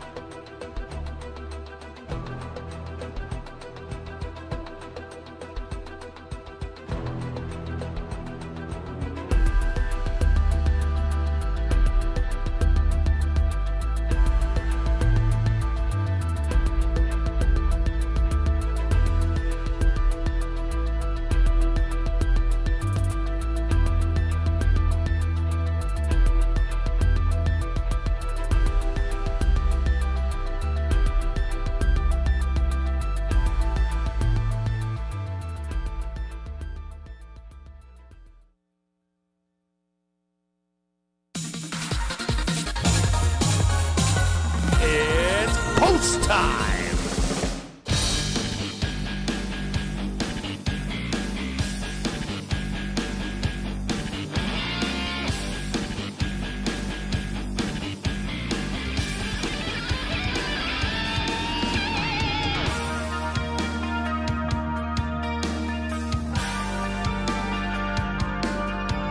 The current 9-5 favorite, Cranberry Creek, the first to go in. Zenhai, she's found her position. Next up, Really Lucky.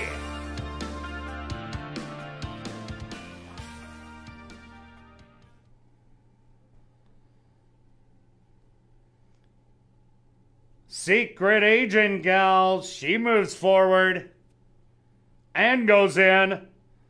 Really Lucky, fractious in the starting gate. 2 left to load. Wits Girl. And now just waiting on Tormentica on the outside.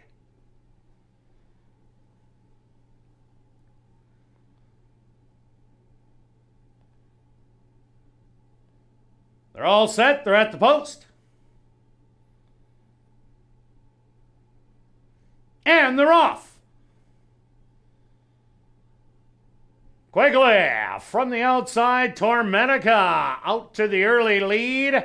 But three others have the same idea with Wits Girl. Also there with Zenhai. These three are going to do some early battling. Cranberry Creek is going to watch that action from fourth. Moving up, Secret Agent Gal in fifth. And the early trailer, Really Lucky, about a dozen off the lead. The opening quarter, 23 seconds. It's Wits Girl and Tormenica battling. Now moving at him, Secret Agent Gal going three wide. Hugging the rails, Zenhai. Starting to make that move after an opening quarter of 23 seconds. They hit the head of the lane, and Wits Girl spins out of the turn with a 3-length advantage. On the inside, Zenhai. In between horses, Secret Agent Gal. They come to the 16th pole. Wits Girl has battled all the way, and she is gonna win it by 3. Rallying for second, Really Lucky. Zenhai was third, and fourth to Secret Agent Gal.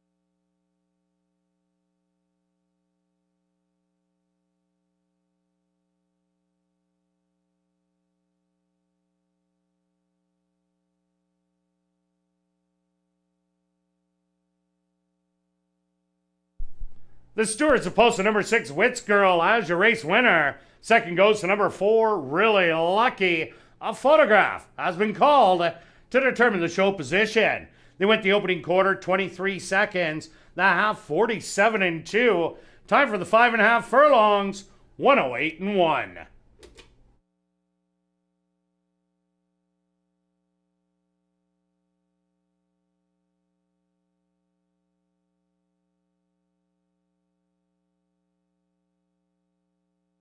Results of the photo show number 3, Zenhai. Finishing third. Fourth goes to number 5, Secret Agent Gal.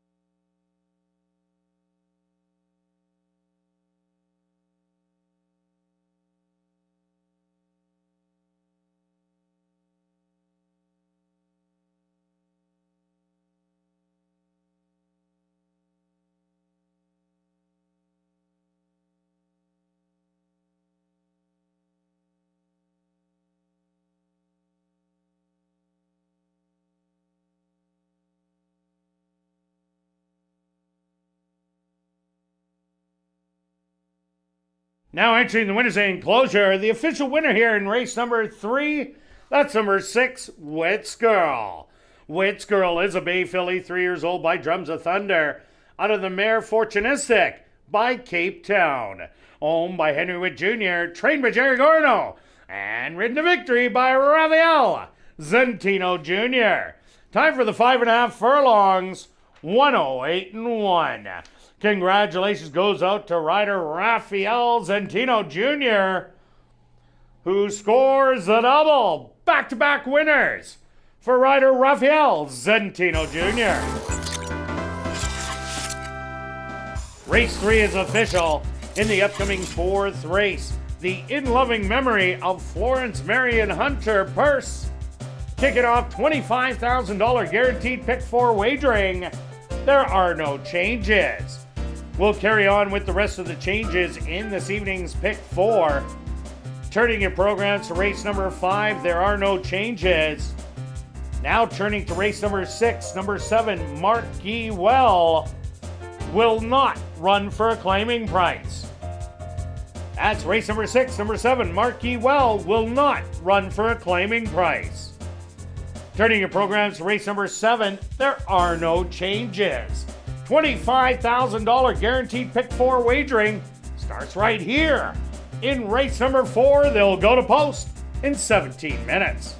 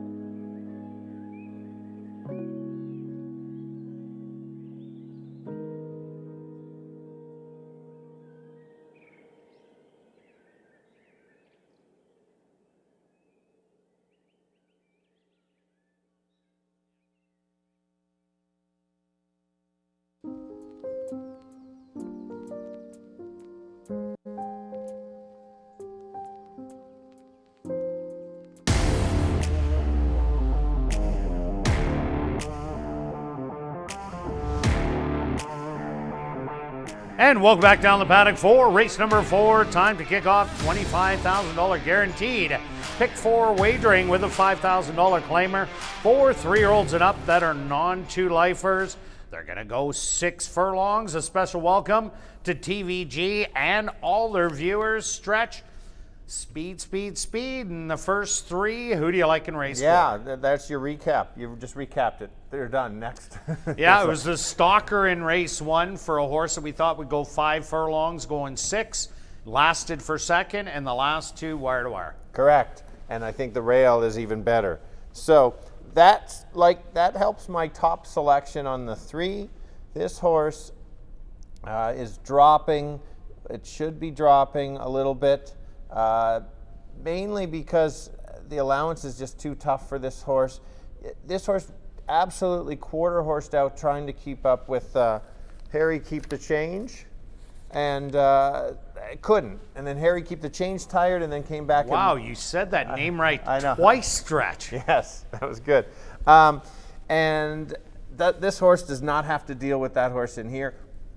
The last race, you would thought that the speed would have backed up. It didn't, and that's why it's now a stronger pick for me, especially at 6-1. Look back, 2 back. That's a nice race, 2 back, where Impressive Sense came off the pace, but Call the Cops is a speed horse. There is enough speed in there, and this horse kept going. So I'm sticking with my top selection in here. Yeah, I think there's a bit of pace in here. Right of Vengeance, of course, is speed. Pucker, the 7 horse, even throw in 1 Muskoka. I don't expect this horse to be far off the lead or at least challenging. So I think there's going to be a battle. So I want a horse that sits just in behind him. And I think that's number 6, Rascal Candy. Comes off a good win last time out. Yes, it was against breeds in that non-winners of the year or non-3-lifers, but it was very impressive how Rascal Candy did do it. Has been at this level before. That was at the end of last year, going 7.5 furlongs. Only got beat by a half a length as almost the even money favorite. Rascal Candy, if it stalks the 1, 3, and 7 and they want to go battle it, I think Rascal Candy, 3-1. Not great in the odds, but that's not bad. No, I decided, that's my 3rd choice.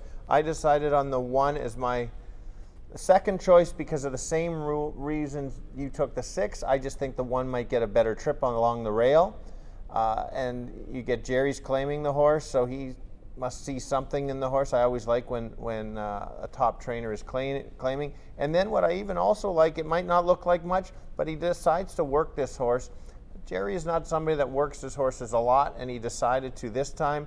So maybe he thinks, oh, well, maybe we got to look at something. And so if this horse can stalk, then the horse is certainly live. I don't think you want to try to get the lead with the 3 and the 7 in here. If it does, then it really sets it up for your 6. Yeah, it definitely does. A couple other horses to look at. Number 2, Captain John, taking a bunch of money.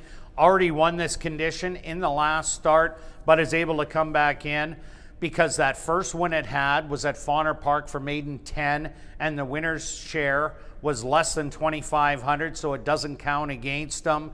And Captain John, that maiden breaker, was going 6 furlongs, and it got up to win. And previous to that, all you see is route races here, but this horse has run 5 furlongs on the turf previous to that, running 2nds and 3rds. So this horse isn't just a route horse. It just hasn't gone short. Yeah, great research. In quite some time. Yeah, very good research on that. The horse is going to have some pace to run at. You're right, has won at the distance. We've got to determine on the track, right? A bit of a need to be closer. Yeah, and Captain won't be close. There's no doubt about that. He won from 12 out of it that day. So therefore, you go there. Pucker, we've got to just briefly talk about. This horse could stalk, or maybe just be good enough press, take over, and hold on. Or if the 3 doesn't break that well and the 7 gets loose, that could be maybe the upsetter,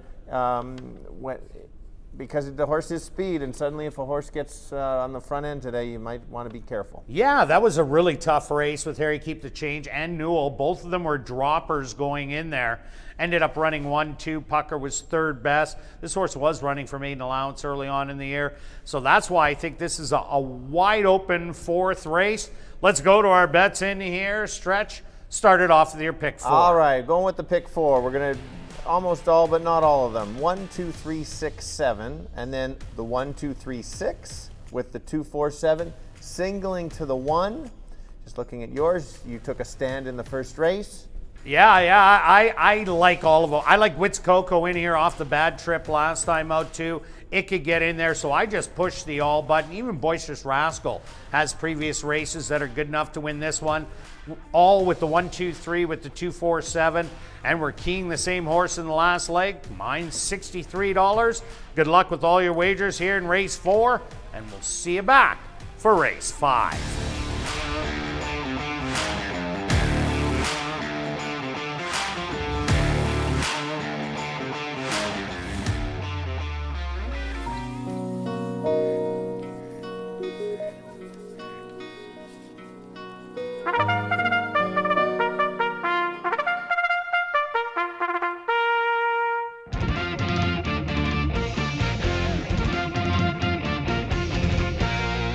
The horses are on the track for race number 4, the in loving memory of Florence Marion Hunter Purse.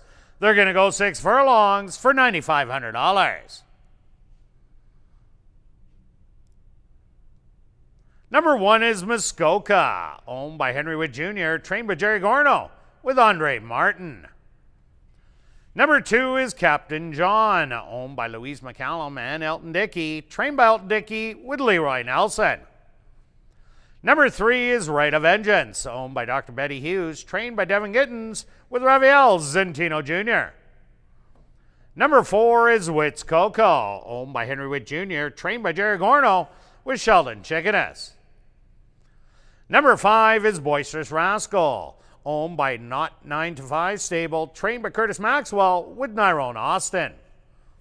Number 6 is Rascal Candy, owned by 666 Ranch, trained by Tom Gardapi Jr. with Caleb Pizarro. Rounding out the field is number 7, Pucker, owned by Shelley Brown and Steve Holborn, trained by Shelley Brown with Antonio Whitehall. $25,000 guaranteed pick 4 wagering starts right here in race 4. They go to post in 4 minutes.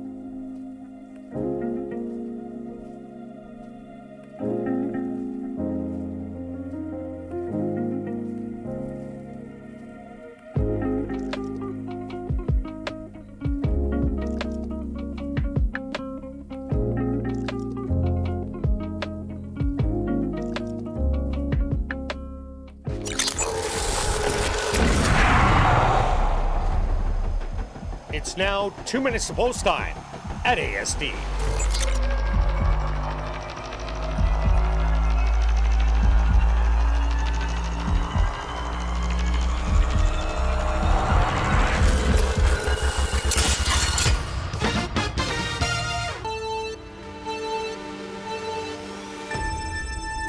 All right, we're going 6 furlongs this time again. We're the non-twos.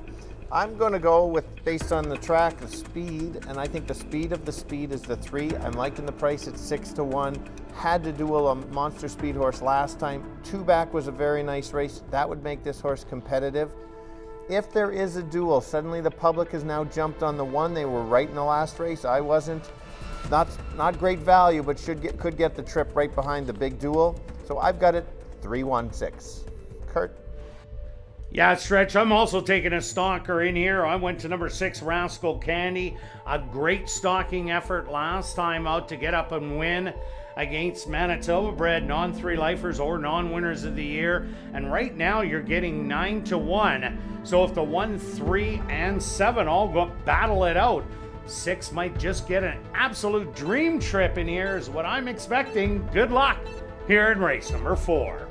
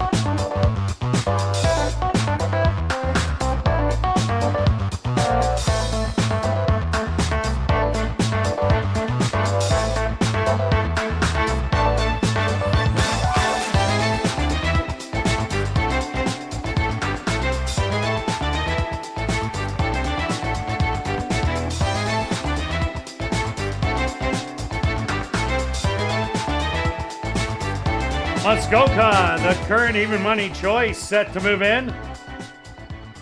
Next up, Captain John.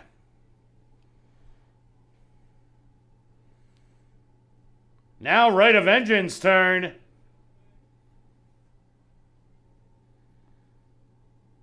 Muskoka a little fractious in the gate. From the middle, now Wits Coco goes in.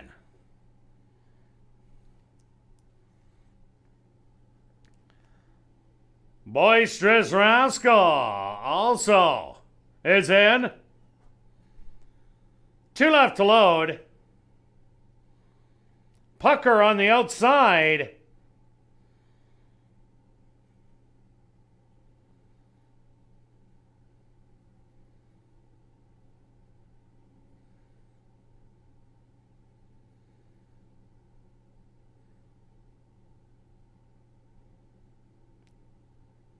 Andre Martin remounting number 1 Muskoka.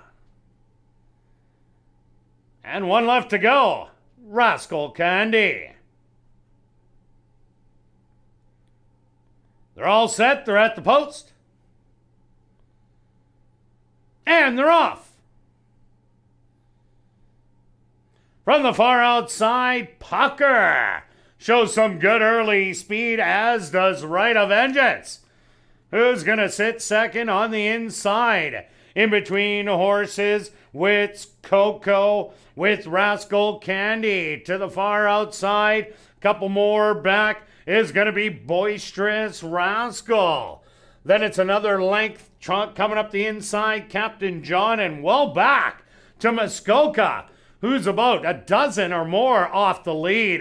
22-4 the opening quarter, and Pucker with the lead by 3/4 of a length. On the outside, in between horses, Right of Vengeance, trying to collar Pucker. 3 wide, still the Rascal Candy, and Wits Coco, the rails wide open, the half, 46 seconds. Pucker spins out of the turn with a 2-length lead. Right of Vengeance and Wits Coco trying to rally into it with Rascal Candy on the outside. They're inside the 16th pole, and Pucker, putting on a show in here, is going to hang on for the win. Second's going to go to Wits Coco. Third to Right of Vengeance. Close for fourth.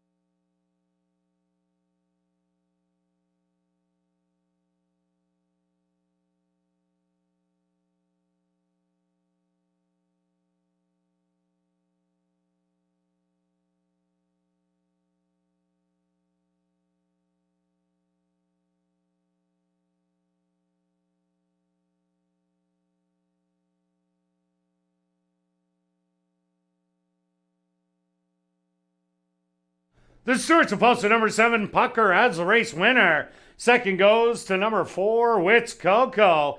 Third to number 3, Right of Vengeance, a photograph to determine the 4th place finisher. They went the opening quarter 22-4, the half 46 seconds. Time for the 6 furlongs, 1:13-2.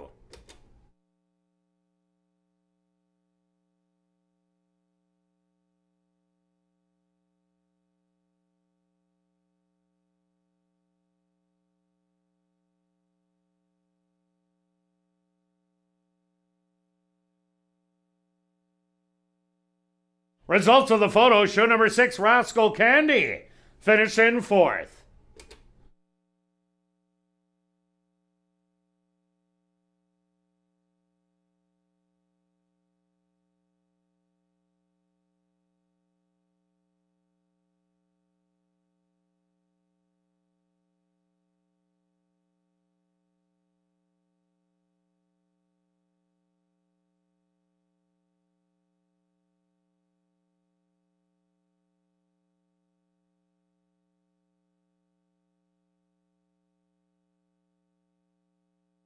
Now entering the winner's enclosure, the official winner here in race number 4, the in loving memory of Florence Marion Hunter Purse. The winner number 7, Pucker. Pucker is a bay gelding, 3 years old, by Adios Charlie, out of Our Lady of Liberty by Sky Mesa. Owned by Shelley Brown and Steve Holborn, trained by Shelley Brown, and ridden to victory by Antonio Whitehall. Time for the 6 furlongs, 1:13-2.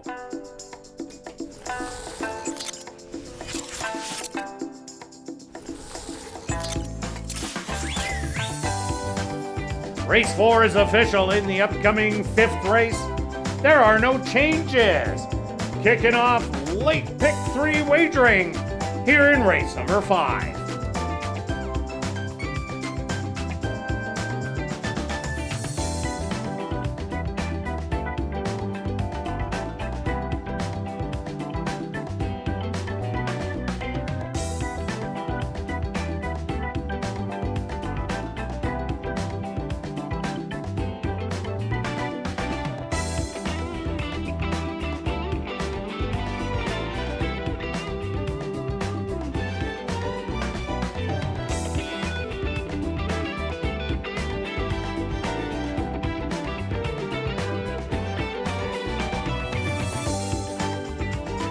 they're at the post.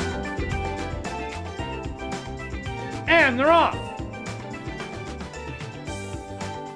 From the far outside, Pucker shows some good early speed, as does Right of Vengeance, who's going to sit second on the inside. In between horses, Wits Coco with Rascal Candy. To the far outside, couple more back is going to be Boisterous Rascal. Then it's another length coming up the inside, Captain John, and well back to Muskoka, who's about a dozen or more off the lead. 22-4 the opening quarter, and Pucker with the lead by 3/4 of a length. On the outside, in between horses, Right of Vengeance, trying to collar Pucker. 3 wide, still the Rascal Candy, and Wits Coco, the rails wide open, the half, 46 seconds. Pucker spins out of the turn with a 2-length lead. Right of Vengeance and Wits Coco trying to rally into it with Rascal Candy on the outside. They're inside the 16th pole, and Pucker, putting on a show in here, is going to hang on for the win. Second's going to go to Wits Coco. Third to Right of Vengeance. Close.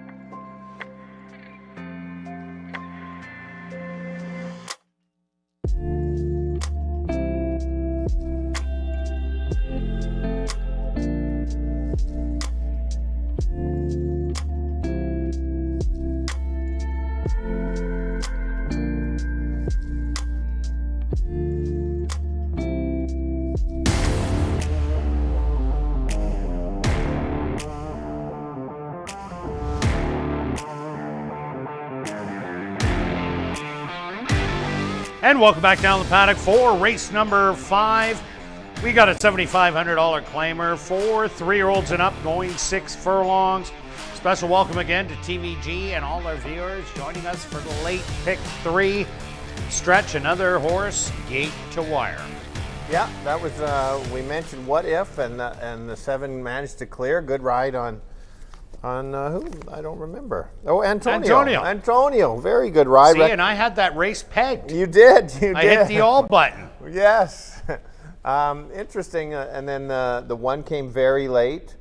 Very late. I was surprised. A little trouble in the gate. Spotting the field over a dozen early, but came like a freight train in the end, but too little too late. Yep, for sure. Okay. So there was a nice handle into the pick 4 of over 37. Always beats the guarantee. That'll be cut quite a bit. I'm going to start with my top selection as the 2. And, well, you mentioned that maybe this horse could be on the lead.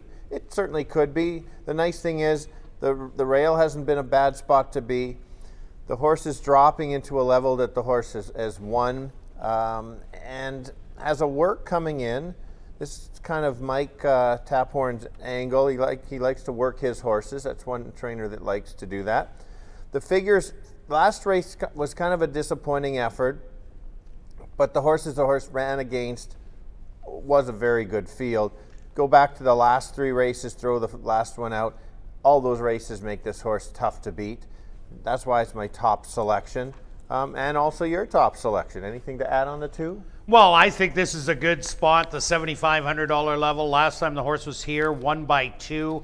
And if you look at number 5, Mana Blues' form, that day on July the 14th, I liked Mana Blues that day because it was dropping from the 10,000 to the 7,500, which I said was so much easier. I think the class relief, the horse would run big, and it did. Drizzy just got up to beat him. So in saying that, let's go back to the 2 Silver Spun. Ran in the allowance optional 10,000, his last 2. Ran on the inside 2 outs ago and got beat by Marquis Well, who was on a roll, and Hazim just got up to win by a nose, the photo. Last time out, made a middle move, and it wasn't enough. But there really isn't a lot of speed in here, but Silver Spun has showed speed in the past. I'm expecting him to collar the leader by the head of the lane, and I think this is a spot for him, and he gets the job done today. Fair enough. I like my second selection even more right now.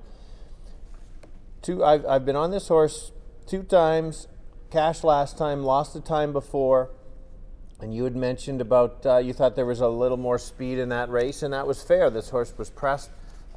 This horse, I think, is just running so well. That last race crushed them. I know it was only for 5, but my figures say the figures are very comparable, especially if this horse can get brave on the front end. And I think that's very possible. It depends on, unless do you think Mana Blues might go?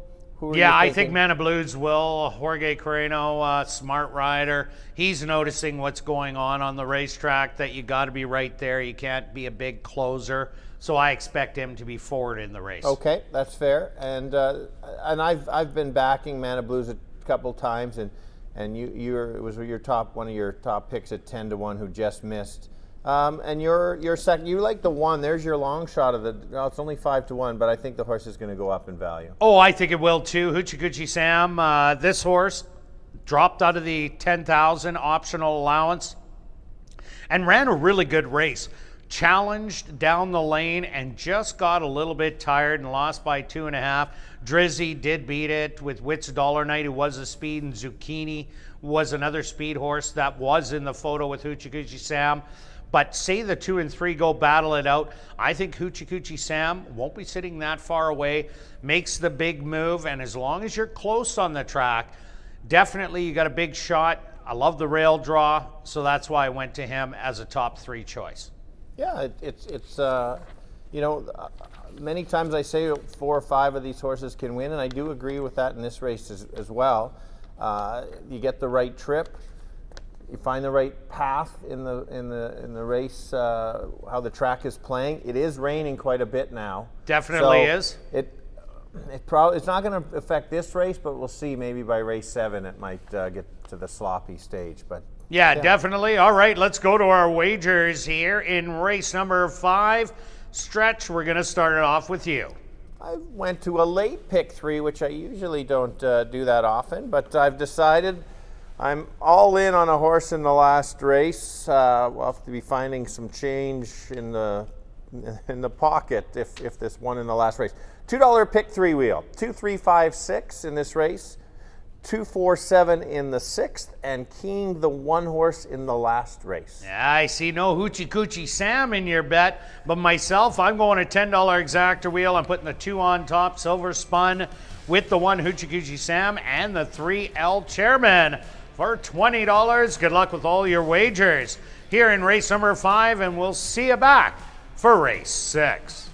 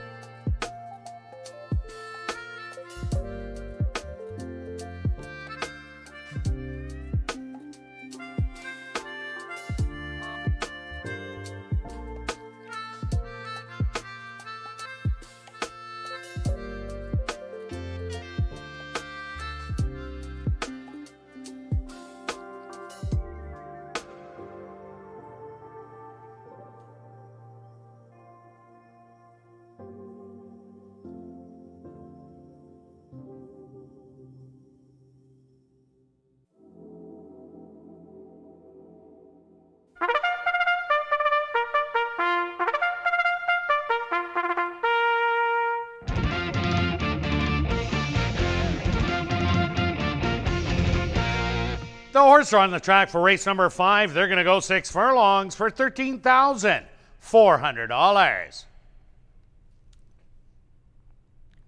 Number 1 is Hoochie Coochie Sam, owned by Dennis and Heather Dorchester, trained by Dennis Dorchester with Richard Mangley. Number 2 is Silver Spun, owned by My Three Nieces Stable, trained by Mike Taphorn with Neville Stevenson. Number 3 is El Chairman, owned by Club 3D, trained by Curtis Maxwell with Andre Martin. Number 4 is Bumble Elgato, owned by My Three Nieces Stable, trained by Mike Taphorn with Leroy Nelson. The 5 is Mana Blues, owned by Black Diamond Stable, Lynn White and Jerry Geddes, trained by Tom Gardapi Jr. with Jorge Carreño. Number 6 is Drizzy, owned by Avery Erfel, trained by Jerry Gorno with Rafael Zentino Jr.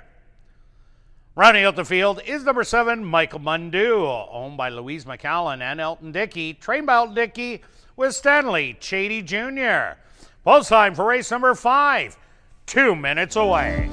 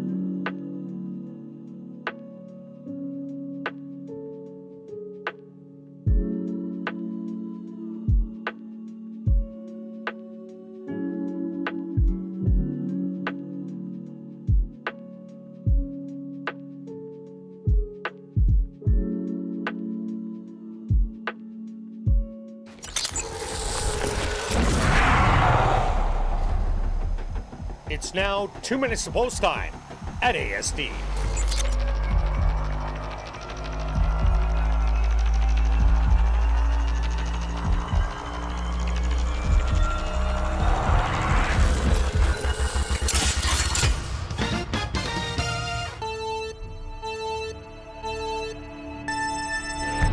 All right, 7,500 claimers going 6 furlongs. It's between the 2, 3, and 6, 2, 3, 5, 6 on the betting public, who they think. I've gone to the 2 as my top selection because I think this slight drop in class, the workout coming in, the trip on the rail makes this horse ready for a top effort and to beat maybe the 3. I would not leave out the 3. It's a speed holding track. If they let the 3 get loose, watch out. Could go gate to wire. I'll leave it at 2, 3, 6, but careful on the 3. Kirt? Stretch, I'm with you on the 2. Silver spun in here. I think this horse might show speed today as the track is playing to it. Right now, you're getting great odds at 3 to 1. Might be battling El Chairman every step of the way. So you might want to throw in the 1, Hoochie Coochie Sam. Right now, sitting 6 to 1 on the board. This horse is a stalker that can make a good move and be sitting close around that turn. So good luck here in race 5.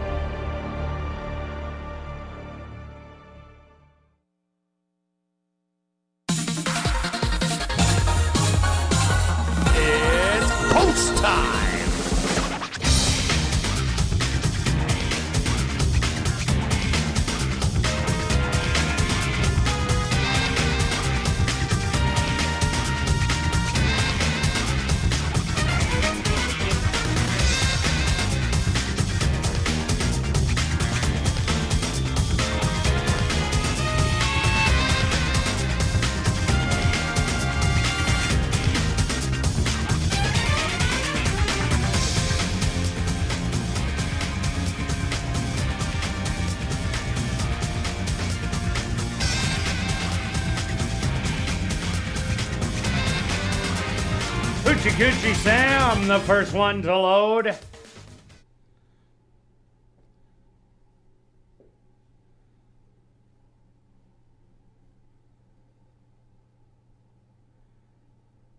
He's going to get a little help from the gate crew.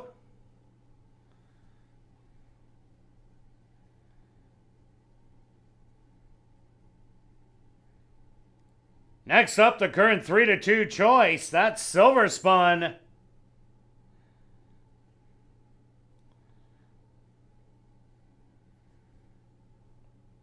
El Chairman moves in. Now Bumble El Gato walks up and in. Mana Blues next to load.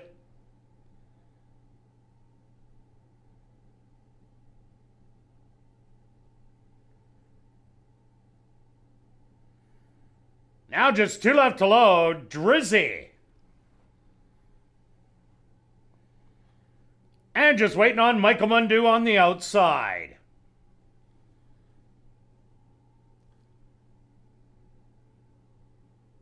They're all set. They're at the post. And they're off. From the middle of the track, Drizzy goes out to show a little bit of early speed. On the inside, in between horses, Mana Blues puts on some pressure. 3 wide, Michael Mundu. On the inside, Bumble El Gato and El Chairman. 5 across the track. Sitting right in behind them is going to be Silver Spun and Hoochie Coochie Sam. The opening quarter, a rather slow 23-4, and now El Chairman will take over as the leader by a length and a half. Back to second, Drizzy. Michael Mundu on the outside in third. Trying to come up the rail and getting there. Silver Spun. They sped up the half mile. 46-2, hitting the head of the lane. El Chairman is going to try and take it all the way up by 2. Silver Spun is out and coming with a run with a 16th of a mile to go. Silver Spun, El Chairman, and Drizzy. But Silver Spun will prove best in here. Second will go to Drizzy. Third's going to go to El Chairman. And fourth to Hoochie Coochie Sam.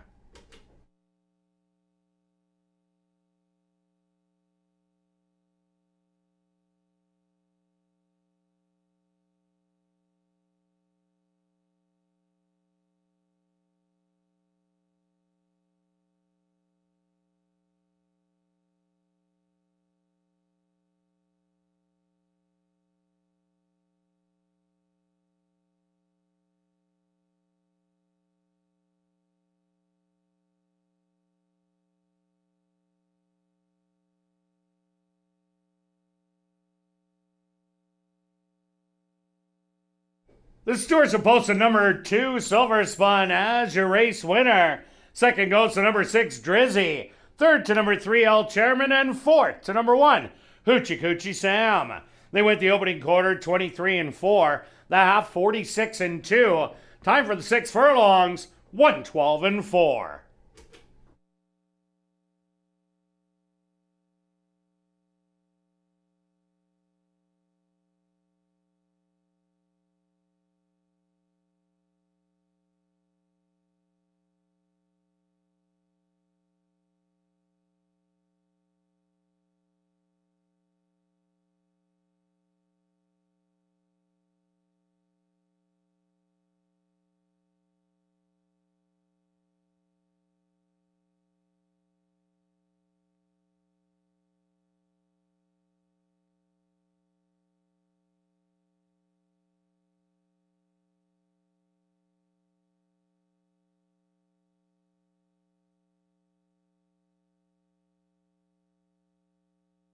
Now entering the winner's enclosure, the unofficial winner here in race number 5, that's number 2, Silver Spun.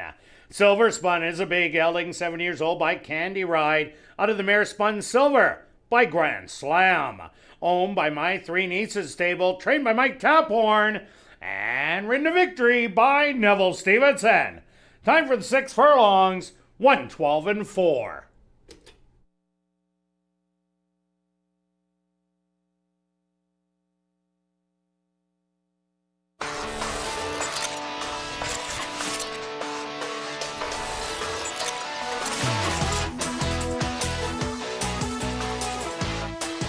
Race 5 is official in the upcoming 6th race. Number 7, Marquis Well, will not run for a claiming price. Once again, in this 6th race, number 7, Marquis Well, will not run for a claiming price. Late double wagering starts right here in race number 6.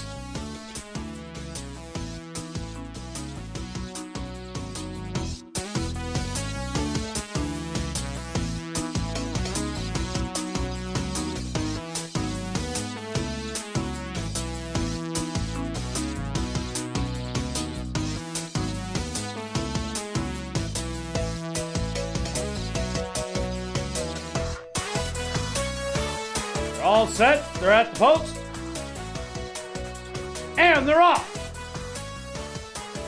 From the middle of the track, Drizzy goes out to show a little bit of early speed. On the inside, in between horses, Mana Blues puts on some pressure. 3 wide, Michael Mundu. On the inside, Bumble Elgato and El Chairman. 5 across the track.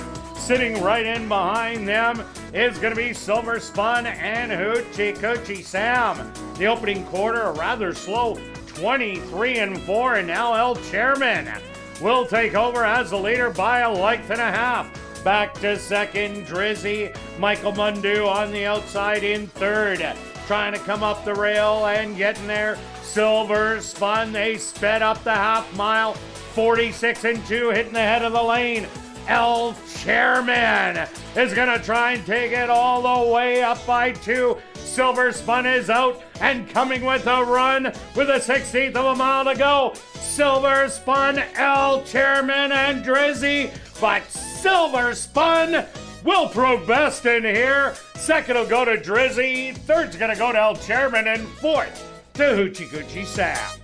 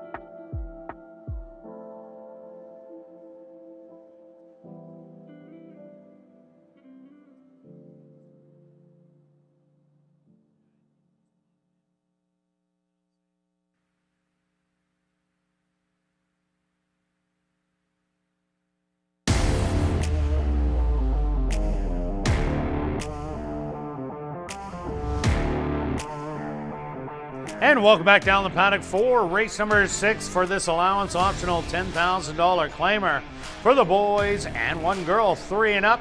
They're going to go 5.5 furlongs. Special welcome to the TVG and all their viewers. Stretch, we got a winner home in Silver Spun, our second off the pace horse today, but it had a 5-horse duel to watch. Yeah, they didn't go super quick. It was a bit of a cat and mouse game. Like Early on, definitely was. He went 23-4, I believe, and it was interesting. I always like when the jockeys are trying to figure out the race in there. Good ride by Neville. 22-4 second quarter, though. That's where El Chairman spread himself on those horses, but still got caught. Yeah, I don't mind the move. I thought it was a good move to try to get them, beat them to the wire, and it just fell short. There's where the class kind of edge, where the 2 is just a little bit higher and he drops, and then the 3 was moving up a little bit, and you could just see the difference for the level. Good race, though. Very good race. Great race. Okay, it's race 6 rolling along. My top selection is the 7. This horse just wins races, and I think that there's enough speed in here, even though I know speed's holding, but we got an off the pace in the last one. If you think that the 4 can clear, then it's a different story. And I understand your selection, but I'm going to say that there's going to be just enough pressure. He's going to get a similar trip as the 2 in the last, and even the 6. Well, the 6 was close and dropped back, came again. And be tough. That horse had a wide trip. I like when this horse makes his even move. He seems to just make his, you see, 4 wide move, 4 wide. And that's when he really likes to go. He's not going to get stuck on the rail. Carino knows where he's got to be, and that last race was too good to lose. But anyway, he lost. But high figures. He couldn't go past Doc's Class Act. That was a good ride by Sheldon Chickeness that day, splitting horses and fending off Jorge Carino and Marquis Well. But I did go to number 4, Major Munnings. The other speed in the race is number 5, Half in the Wrapper, the girl against the boys, and number 6, Trump 'em. Both of them can offer some to the race, but Major Munnings just has blazing speed in the One Night Lover, going 5 furlongs. This horse battled every step of the way and then lost to St. Louis guy, who was undefeated coming into the last couple stakes races, and then Plentiful has got the better of him. Quincy's Express, that horse was runner-up to St. Louis guy, and Real Grace won a couple in a row and was Alberta Horse of the Year, so ran against the best we had to offer last 2 times. Ran well but got caught, but both those races were going 6 furlongs. Now he gets back to a distance that he really likes, as he has won 3 out of 6 starts. I think he's the predominant speed. You get Antonio Whitehall aboard. So Jared Brown has a pretty good 1-2 combination in here, but I'm going with Major Munnings to take it all the way. Yeah, that's fair. Antonio has his win on another speed horse early on, Pucker, and managed to get the lead, and so he knows the track. My second selection is my kind of price play, and that's the 2, Hazim. I've been kind of backing this horse the last 2 times and getting really good runs out of him. Added Lasix, been right there, maybe isn't quite at the Marquis Well level, but maybe if he can get the right trip, weight on the rail. 8-1, I think the horse is going to be at least 8-1. The 7's going to be 2-1 or so. Has a couple work since the last race. I really like that. I really like this time of year when trainers are working their horses, telling me that they're certainly in good shape, or he wouldn't be working them. He'd just be sitting in the barn, and so clearly he wants to run, and he's on the improve horse for me. Yeah, no doubt about it. Since they added Lasix to Hazim, what a turnaround. And the horse had a second to Marquis Well, and last time out a third, but that was a battling third. And going the 5.5, Half in a Wrapper, Major Munnings, and Trump 'em, if they all go battle, Hazim's going to be sitting the closest out of anybody easily in here. Marquis Well will probably be about 6-7 out of it, because that's just the way he runs. And against this caliber, I think Hazim just might get a dream trip, does have the inside. Stanley Chady Jr. is absolutely on fire. in the month of July and now into August. So I think Kazim with that inside draw, big shot at a great price. Yep, there you go. I'm going to just mention a horse that has some back class, is getting 11. It's at 11-1. Needed the first start. Was in way too tough last time. Could get overlooked. Did race at Woodbine, so it might be needs to get back to the ASD. Is 4 of 7 in the money. 2 for 2 at the distance is the key way. Kind of woke up. Second start off the layoff. You're getting at least 12-1. Thoughts on the 3? I just have a hard time. It was off for 2 years, ran at Century Mile once, and so far once here. I'd like one more start under the belt before I think Shaded shows his best, but I think he's better going around 2 turns than at a sprinting distance of 5.5 furlongs. Okay, we'll see. Sometimes you're one race too late. When Yeah, you pay no a price, it runs a big race. But yeah, no, that's fair. That's fair. Is there any other horses to add there, Kirt? Yeah, number 1, My Father's Eyes. Kind of like the last race, we were looking at horses with levels. This one jumps up to the first level allowance. Ran good for 7,500 behind Drizzy and Mana Blues. Got beat by El Chairman for 5,000. Well, My Father's Eyes, I think, should have been in this race, but Jerry Gorno had Drizzy in there, so he thought he'd jump it up to this spot. And I think he fits well going 5.5, but I just think the level is just a touch too high. Yeah, we kind of compared levels in the last race, and there is a pretty big, a big enough difference at ASD, at least this year. So you always have to understand each year. Some years there isn't a difference from 5 to 75. This year there is. So maybe a dream trip, might get the right trip and go from there. That's what it would need to get the job done in here. Let's go to our wagers here in race number 6. Stretch, we're starting it off with you. Yeah, going for one of my price plays on a horse that may not be able to win it, but I'm going to get a very nice place price if he can get up. I've got him in the pick 4, and that's 20 place on the 2. We've been cashing a lot of these place wagers, and we're getting from $5.50 to about $10 in them. So a place, there's nothing wrong with betting something like that. A lot of people don't like doing it, but I think it's any chance you have to make money is a good wager. Myself, I went after the late daily double. I took the speed horse, the 4 major moneys, with the stalker number 2 Hazim to mine and Stretch's best bet, Remy Rising Star in the next. Good luck with all your wagers here in race number 6. We'll see you back for race 7. We do have 2 claims to report from race number 5. In race 5, claim for $7,500 was your race winner. Number 2 Silver Spun, claimed by Hardball Stables trainer Stephen Gaskin. Also claimed for $7,500 was the place finisher, number 6 Drizzy, claimed by Black Diamond Stable trainer Tom Gardapi Jr.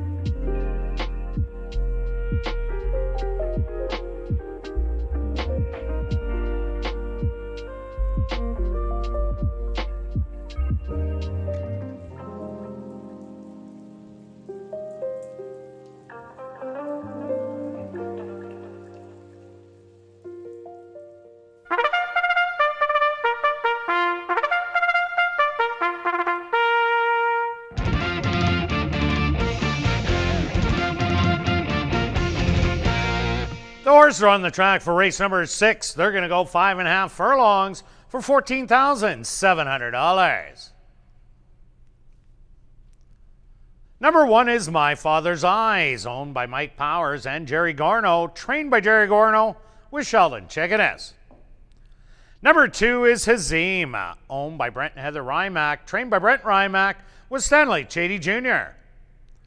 Number 3 is Shaded, owned by 2 Points Ranch, trained by Stephen Gaskin with Dwight Lewis. Number 4 is Major Munnings, owned by Garth Grider and Violetta Adamchuk, trained by Jared Brown with Antonio Whitehall.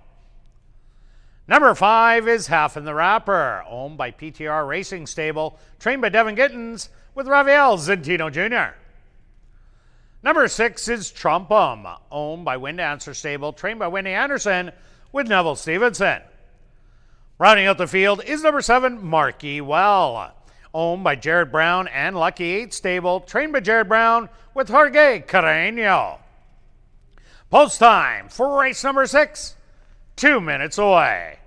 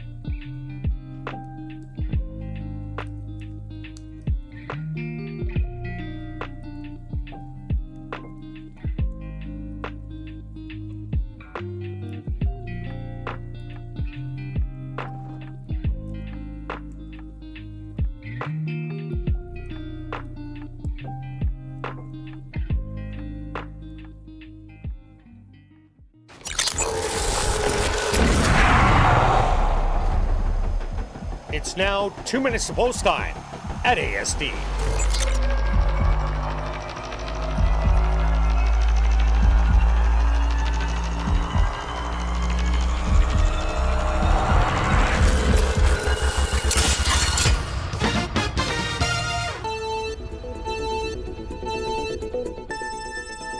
All right, we're shortening up a little bit and make it 5.5 furlongs in a high-level allowance race.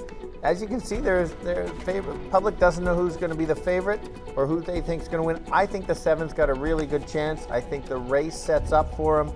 There's enough speed between the 4, 5, and 6 that the 7 stalks outside, closes late. My long shot that could sneak in there with a nice trip is the 2, 5-1. Might get a little more by post time, but I've got it 7-4. Kirt. Well, Stretch, I did go to speed in here. I went to number 4, Major Munnings.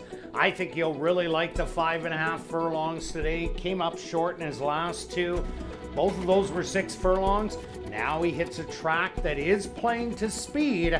I think he might be able to shake free, and if he does, he'll be tough to beat. But I do respect your 2-horse Hazim, who will be the stalker of that speed and have the first shot at him. Good luck here in race 6.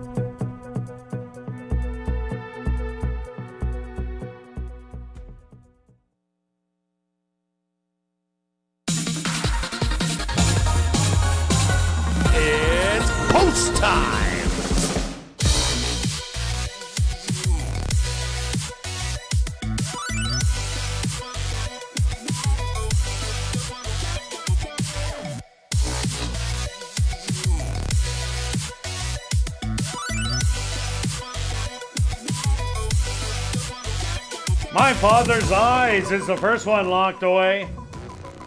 Next up, Hazim.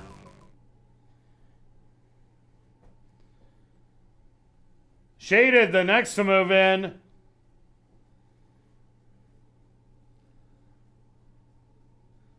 Major Munning's turn. The filly half in the wrapper. She steps up and in. 2 left to load. Trump 'em.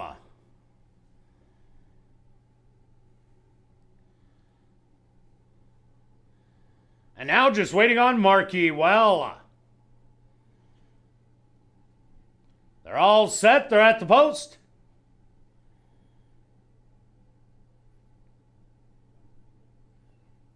And they're off. Breaking a little sluggishly was Shaded. Going right out after the lead, that's Major Munnings. On the inside with half in a wrapper. These two locking horns early. Trump 'em is a stalker in third. Another length and a half back to Marquee Well. 4 more to Hazim. And then another length to Shaded. And your early trailer will be My Father's Eyes.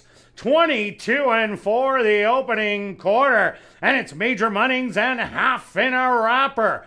These two battling it out.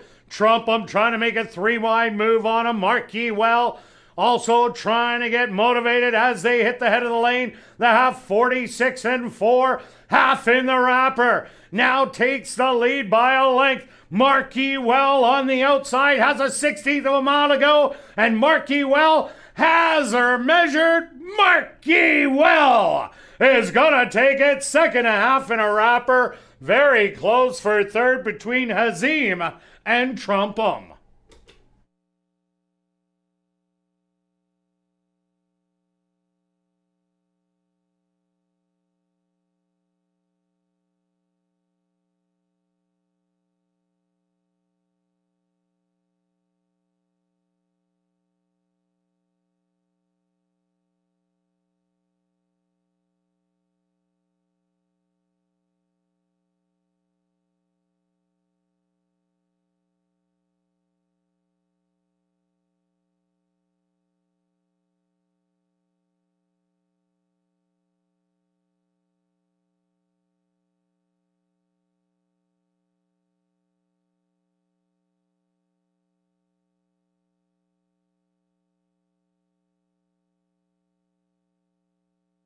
The Stewart's opposed to number 7, Marquee Well, as your race winner. Second goes to number 5, half in the wrapper. A photograph has been called to determine the show position. They went the opening quarter 22-4, the half 46-4. Time for the 5.5 furlongs, 106.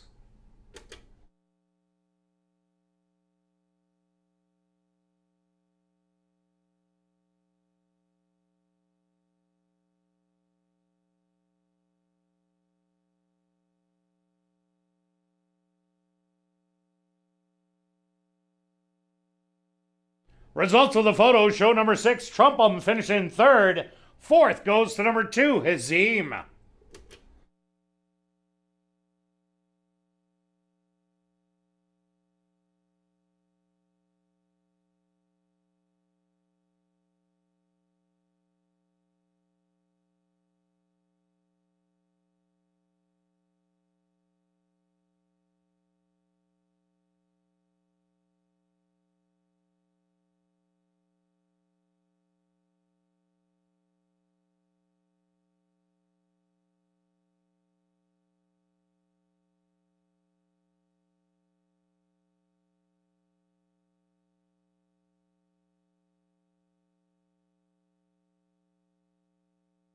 Now entering the winner's enclosure, the official winner here in race number 6, that's number 7, Marquee Well.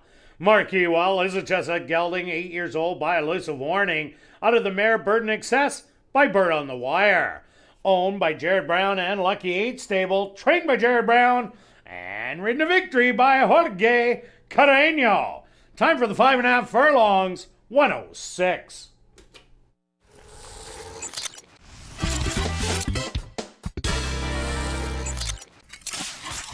Race 6 is official in the upcoming 7th race. Kicking off Jackpot High 5 wagering, there are no changes. The Jackpot High 5 carryover, just under $96,000.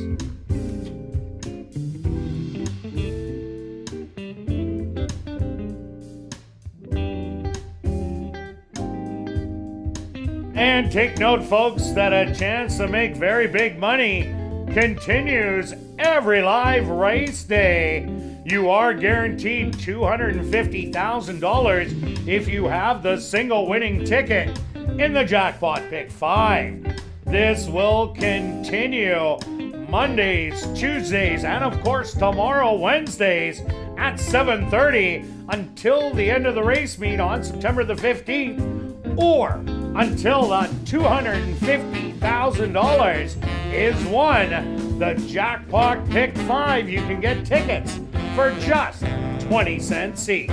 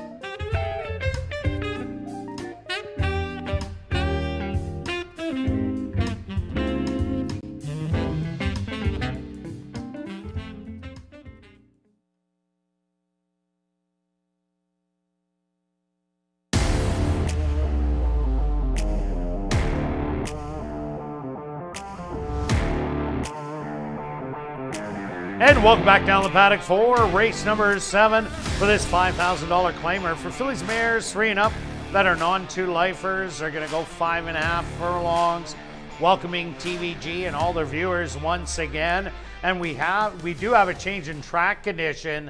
The track is now listed as sloppy. Track condition, sloppy, stretch, marquee. Well, what a year the horse is having. Yeah, absolute grinder, even move, and then looked like just dug in to make sure he wouldn't lose and ran down the other speed. There was a duel early, but all out, it was only 5.5, so that was the difference. If it was 6, it wouldn't have been close. But yeah, definitely. But it was 5.5. So. But the filly ran huge half race, in the wrapper, duked it out with Major Munnings, put my horse away, and she went on, and it took a really nice horse to beat her. Yes, yeah.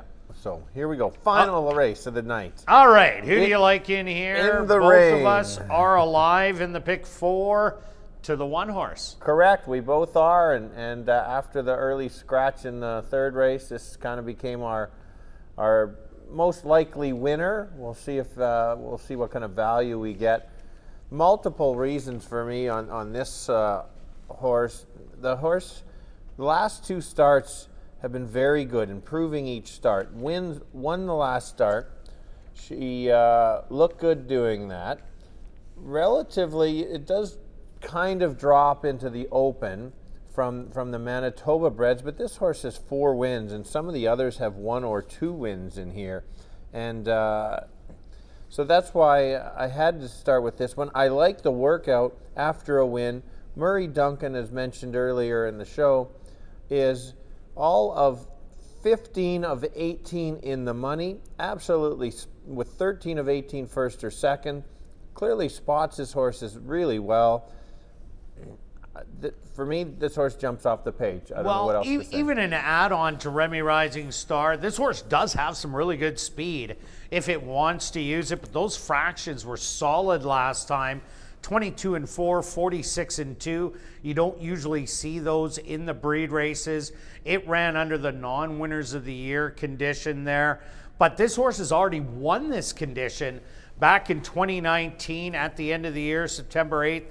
That was the last day of racing, and the horse easily went wire to wire, 75 cents on the dollar. But what I really liked, that was visually impressive. The way the horse just swooped, went on by I Spy My Little Eye, who cut those early fractions and drew off to win easy. This horse just seems to be getting better and better. Yeah, exactly. I've got nothing more to add. Okay, let's try and fill in the triactor for everybody. You got I Am Anya. Yes, and so going back to this horse, she ran very well last time. I thought I spotted something, and it worked out quite well. Hidden Dreams went off. That was the bigger favorite in that race, and made a nice late close. I'm hoping the same thing kind of happens. We're getting the 5.5. That was my other reason, getting a little bit longer. Horses go in cycles, and I think this horse is on the, again, an improve for another top effort. Can it beat the 1? Well, I think you need a big duel for the 1 to back up for the 4 to win, but worthwhile in an exactor, especially 9 to 1. Yeah, I see only 2 horses really with speed in here. The 1 Remy Rising Star and the 5 Home Early Shirley. Even if they do go bang it out all the way, I just think that those 2 might be about 5-6 lengths ahead of the field, and that just might be just way too much for anybody to recover off of. But I do like Home Early Shirley. If Remy Rising Star wants to play stalker, let Home Early Shirley go cut it out, then take over and then draw off like she did last time out. But Home Early Shirley right now at 5 to 1, I think she plays well as the way the racetrack is playing right now. Yep, that's fair. That's fair. My third choice was the 6 Divine Ride. Kind of similar to the 1, multiple wins. The horse has already won twice this year.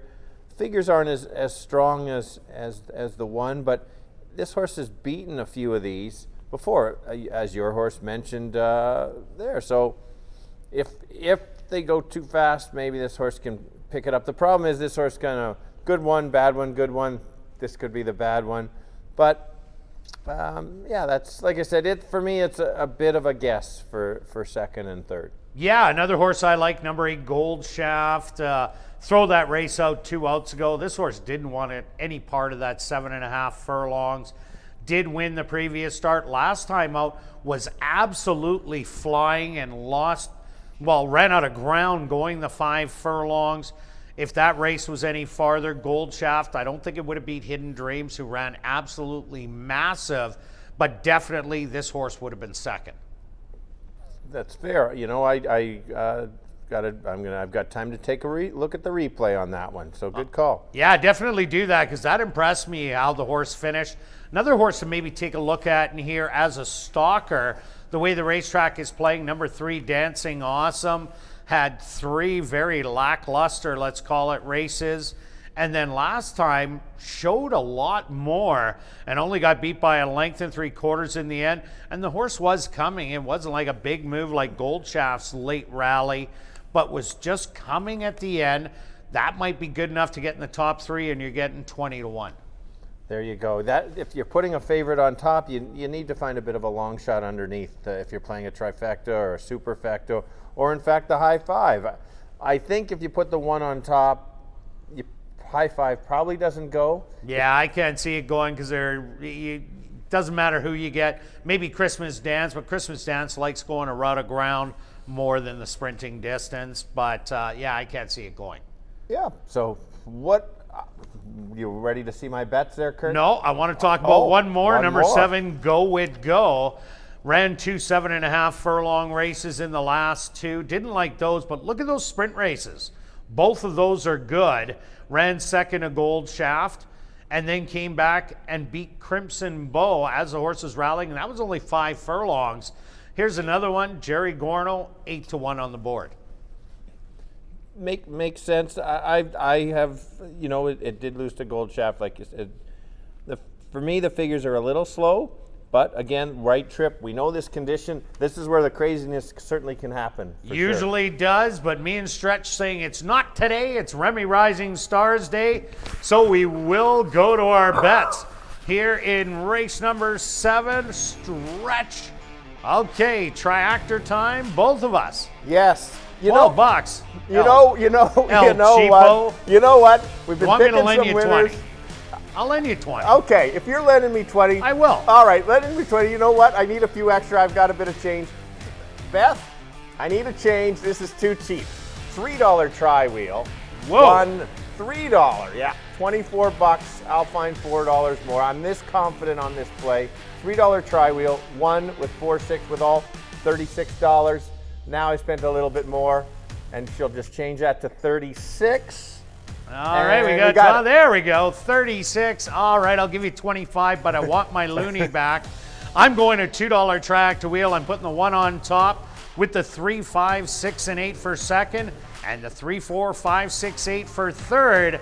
A $2 wheel will cost you $32. Good luck with all your wagers here in race number 7, and we'll see you back tomorrow evening, 6:45 Central for ASD Live.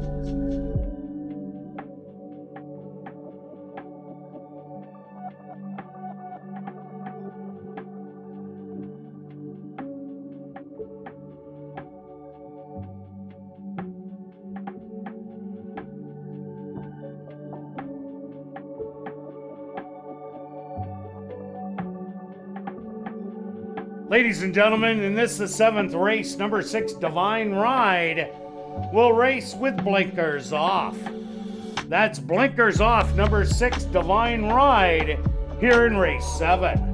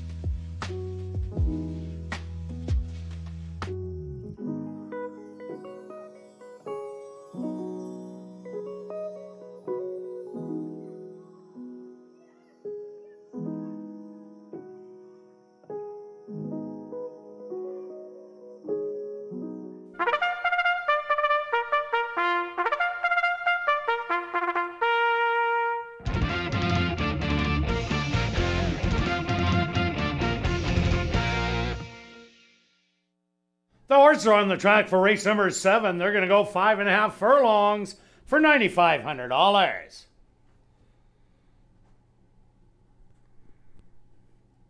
Number 1 is Remy Rising Star, owned by Gerald Babchishin, trained by Murray Duncan with Nyrone Austin. The 2 is Christmas Dance, owned by S&S Stables, trained by Maria Stanford with Andre Martin. Number 3 is Dancing Awesome, owned by Pink Cloud Racing, trained by Courtney Ross with Neville Stevenson. Number 4 is I Am Anya, owned by Devin Gittins and Gregoire Mavales, trained by Devin Gittins with Richard Mangley. Number 5 is Home Early Shirley, owned by Henry Wood Jr., trained by Jerry Gorno with Sheldon Chickadas. Number 6 is Divine Ride, owned and trained by Larry Sizik, Stanley Chady Jr. aboard. Number 7 is Go It Go, owned by Henry Wood Jr., trained by Jerry Gorno with Antonio Whitehall. Rounding out the field is the Marie Gold Shaft, owned by Quinny Racing, trained by Tom Gardaby Jr. with Jorge Carreño. Jackpot high five wagering the pool. Over $100,000. They'll go to post in 1 minute.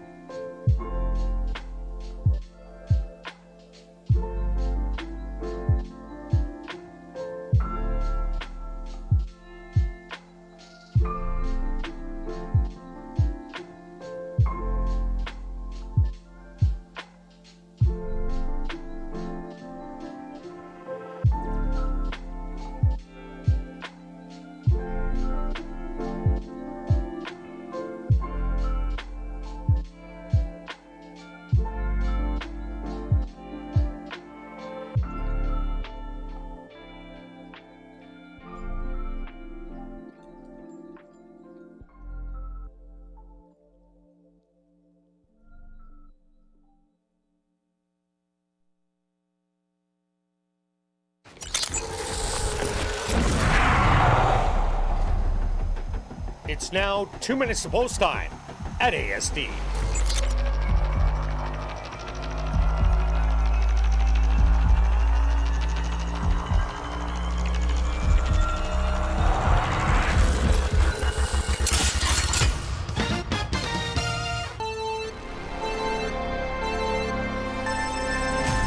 Final race of the night in the slop, going 5.5. The one is a solid favorite, I think. Not going to get that much value, so you've got to figure out underneath. The one's probably going to go to the lead. It's just too sharp for these. My horses are going to sit just off the pace, and that's starting with the 4. There's trying the price to maybe help you get a trifecta or an exactor to cap off the night. I think the horse is going to sit just off. Doesn't mind the distance. Closes late. The other one is the 6. One last start, beat some of these before. So I've got it 1-4-6. I'm with you, Stretch. I think Remy Rising Star is the one to beat. That last race was just so impressive. I'm going to try and fill in the exactor also. Number 8, Gold Shaft, will be a late rallier.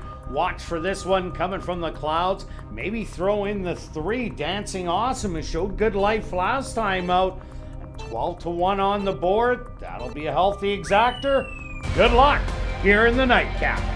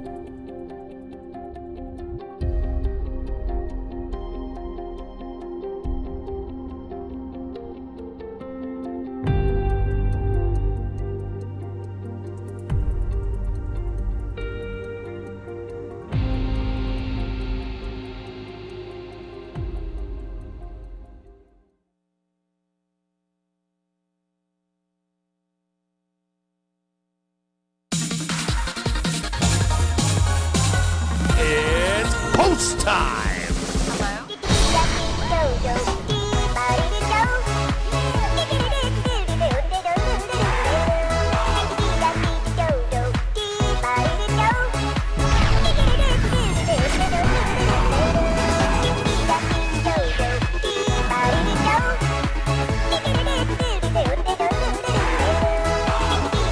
Remy Rising Star, the current 4-5 favorite, leads him in for the nightcap. Christmas Dance, she moves in. Dancing Awesome will be next. I Am On Ya. She walks right in. Home Early Shirley. She walks right in. Very quick load. Divine Ride now set to step up.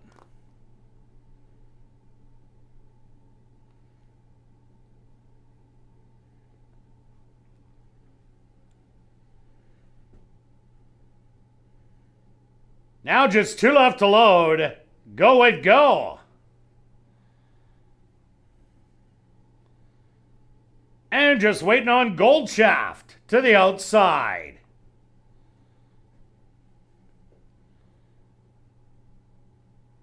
They're all set. They're at the post. And they're off.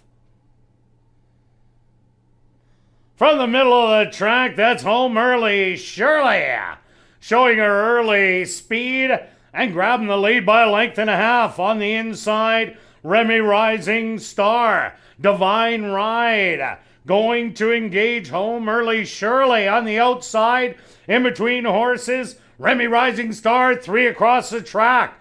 Go it go. Watching the action from 4th, 5th on the outside, Gold Shaft. Then it's about 6 more back to Dancing Awesome, I Am On Ya, and Christmas Dance Can See 'Em All. 23 and 3 the opening quarter. Still 3 of them log jammed on the front end. In between horses, Remy Rising Star to the inside, home early Shirley. 3 wide, Divine Ride. They're still battling a late rally coming from Dancing Awesome. Go it go. Home early Shirley. Remy Rising Star. Divine Ride. Divine Ride with the best stride late.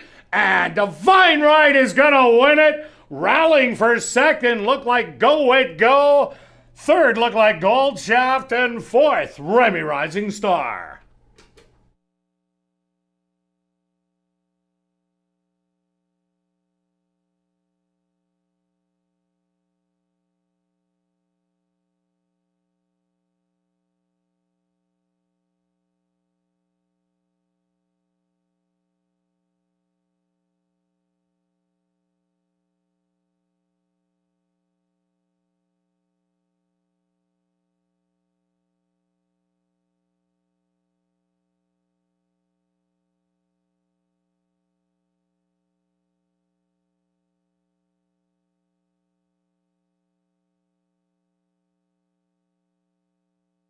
The Stewart's supposed to number 6, Divine Ride, as your race winner. A photograph has been called to determine the place and show positions.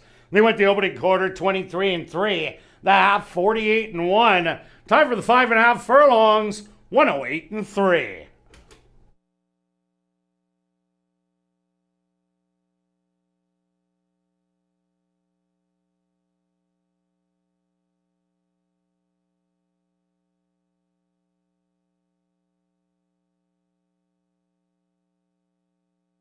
Results of the photo show number 7, Go It Go, finishing second.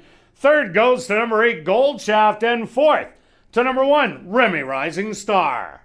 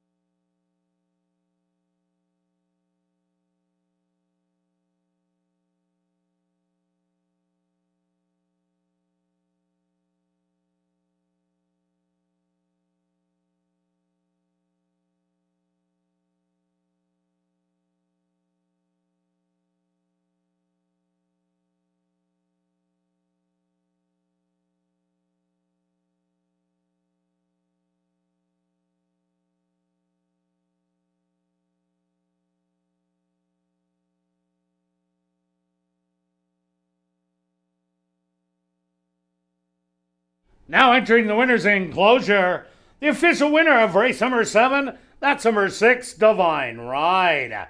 Divine Ride is a chestnut mare, 5 years old, by Divine Park, under the mare Cat Rush by Tactical Cat. Owned and trained by Larry Sizik, and ridden to victory by Stanley Chady Jr. Time for the 5.5 furlongs, 108 and 3. Number 6, Divine Ride, was proudly bred right here in Manitoba by K5 Stables.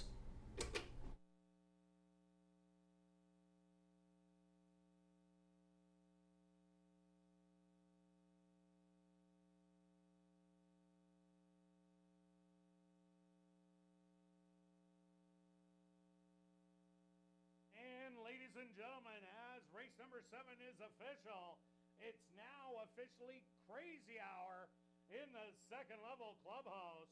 Beer, wine, and shots for just $2.95 and half price appetizers. Live racing continues tomorrow, Wednesday night at 7:15. See you then, but now let's head to the clubhouse for crazy hour.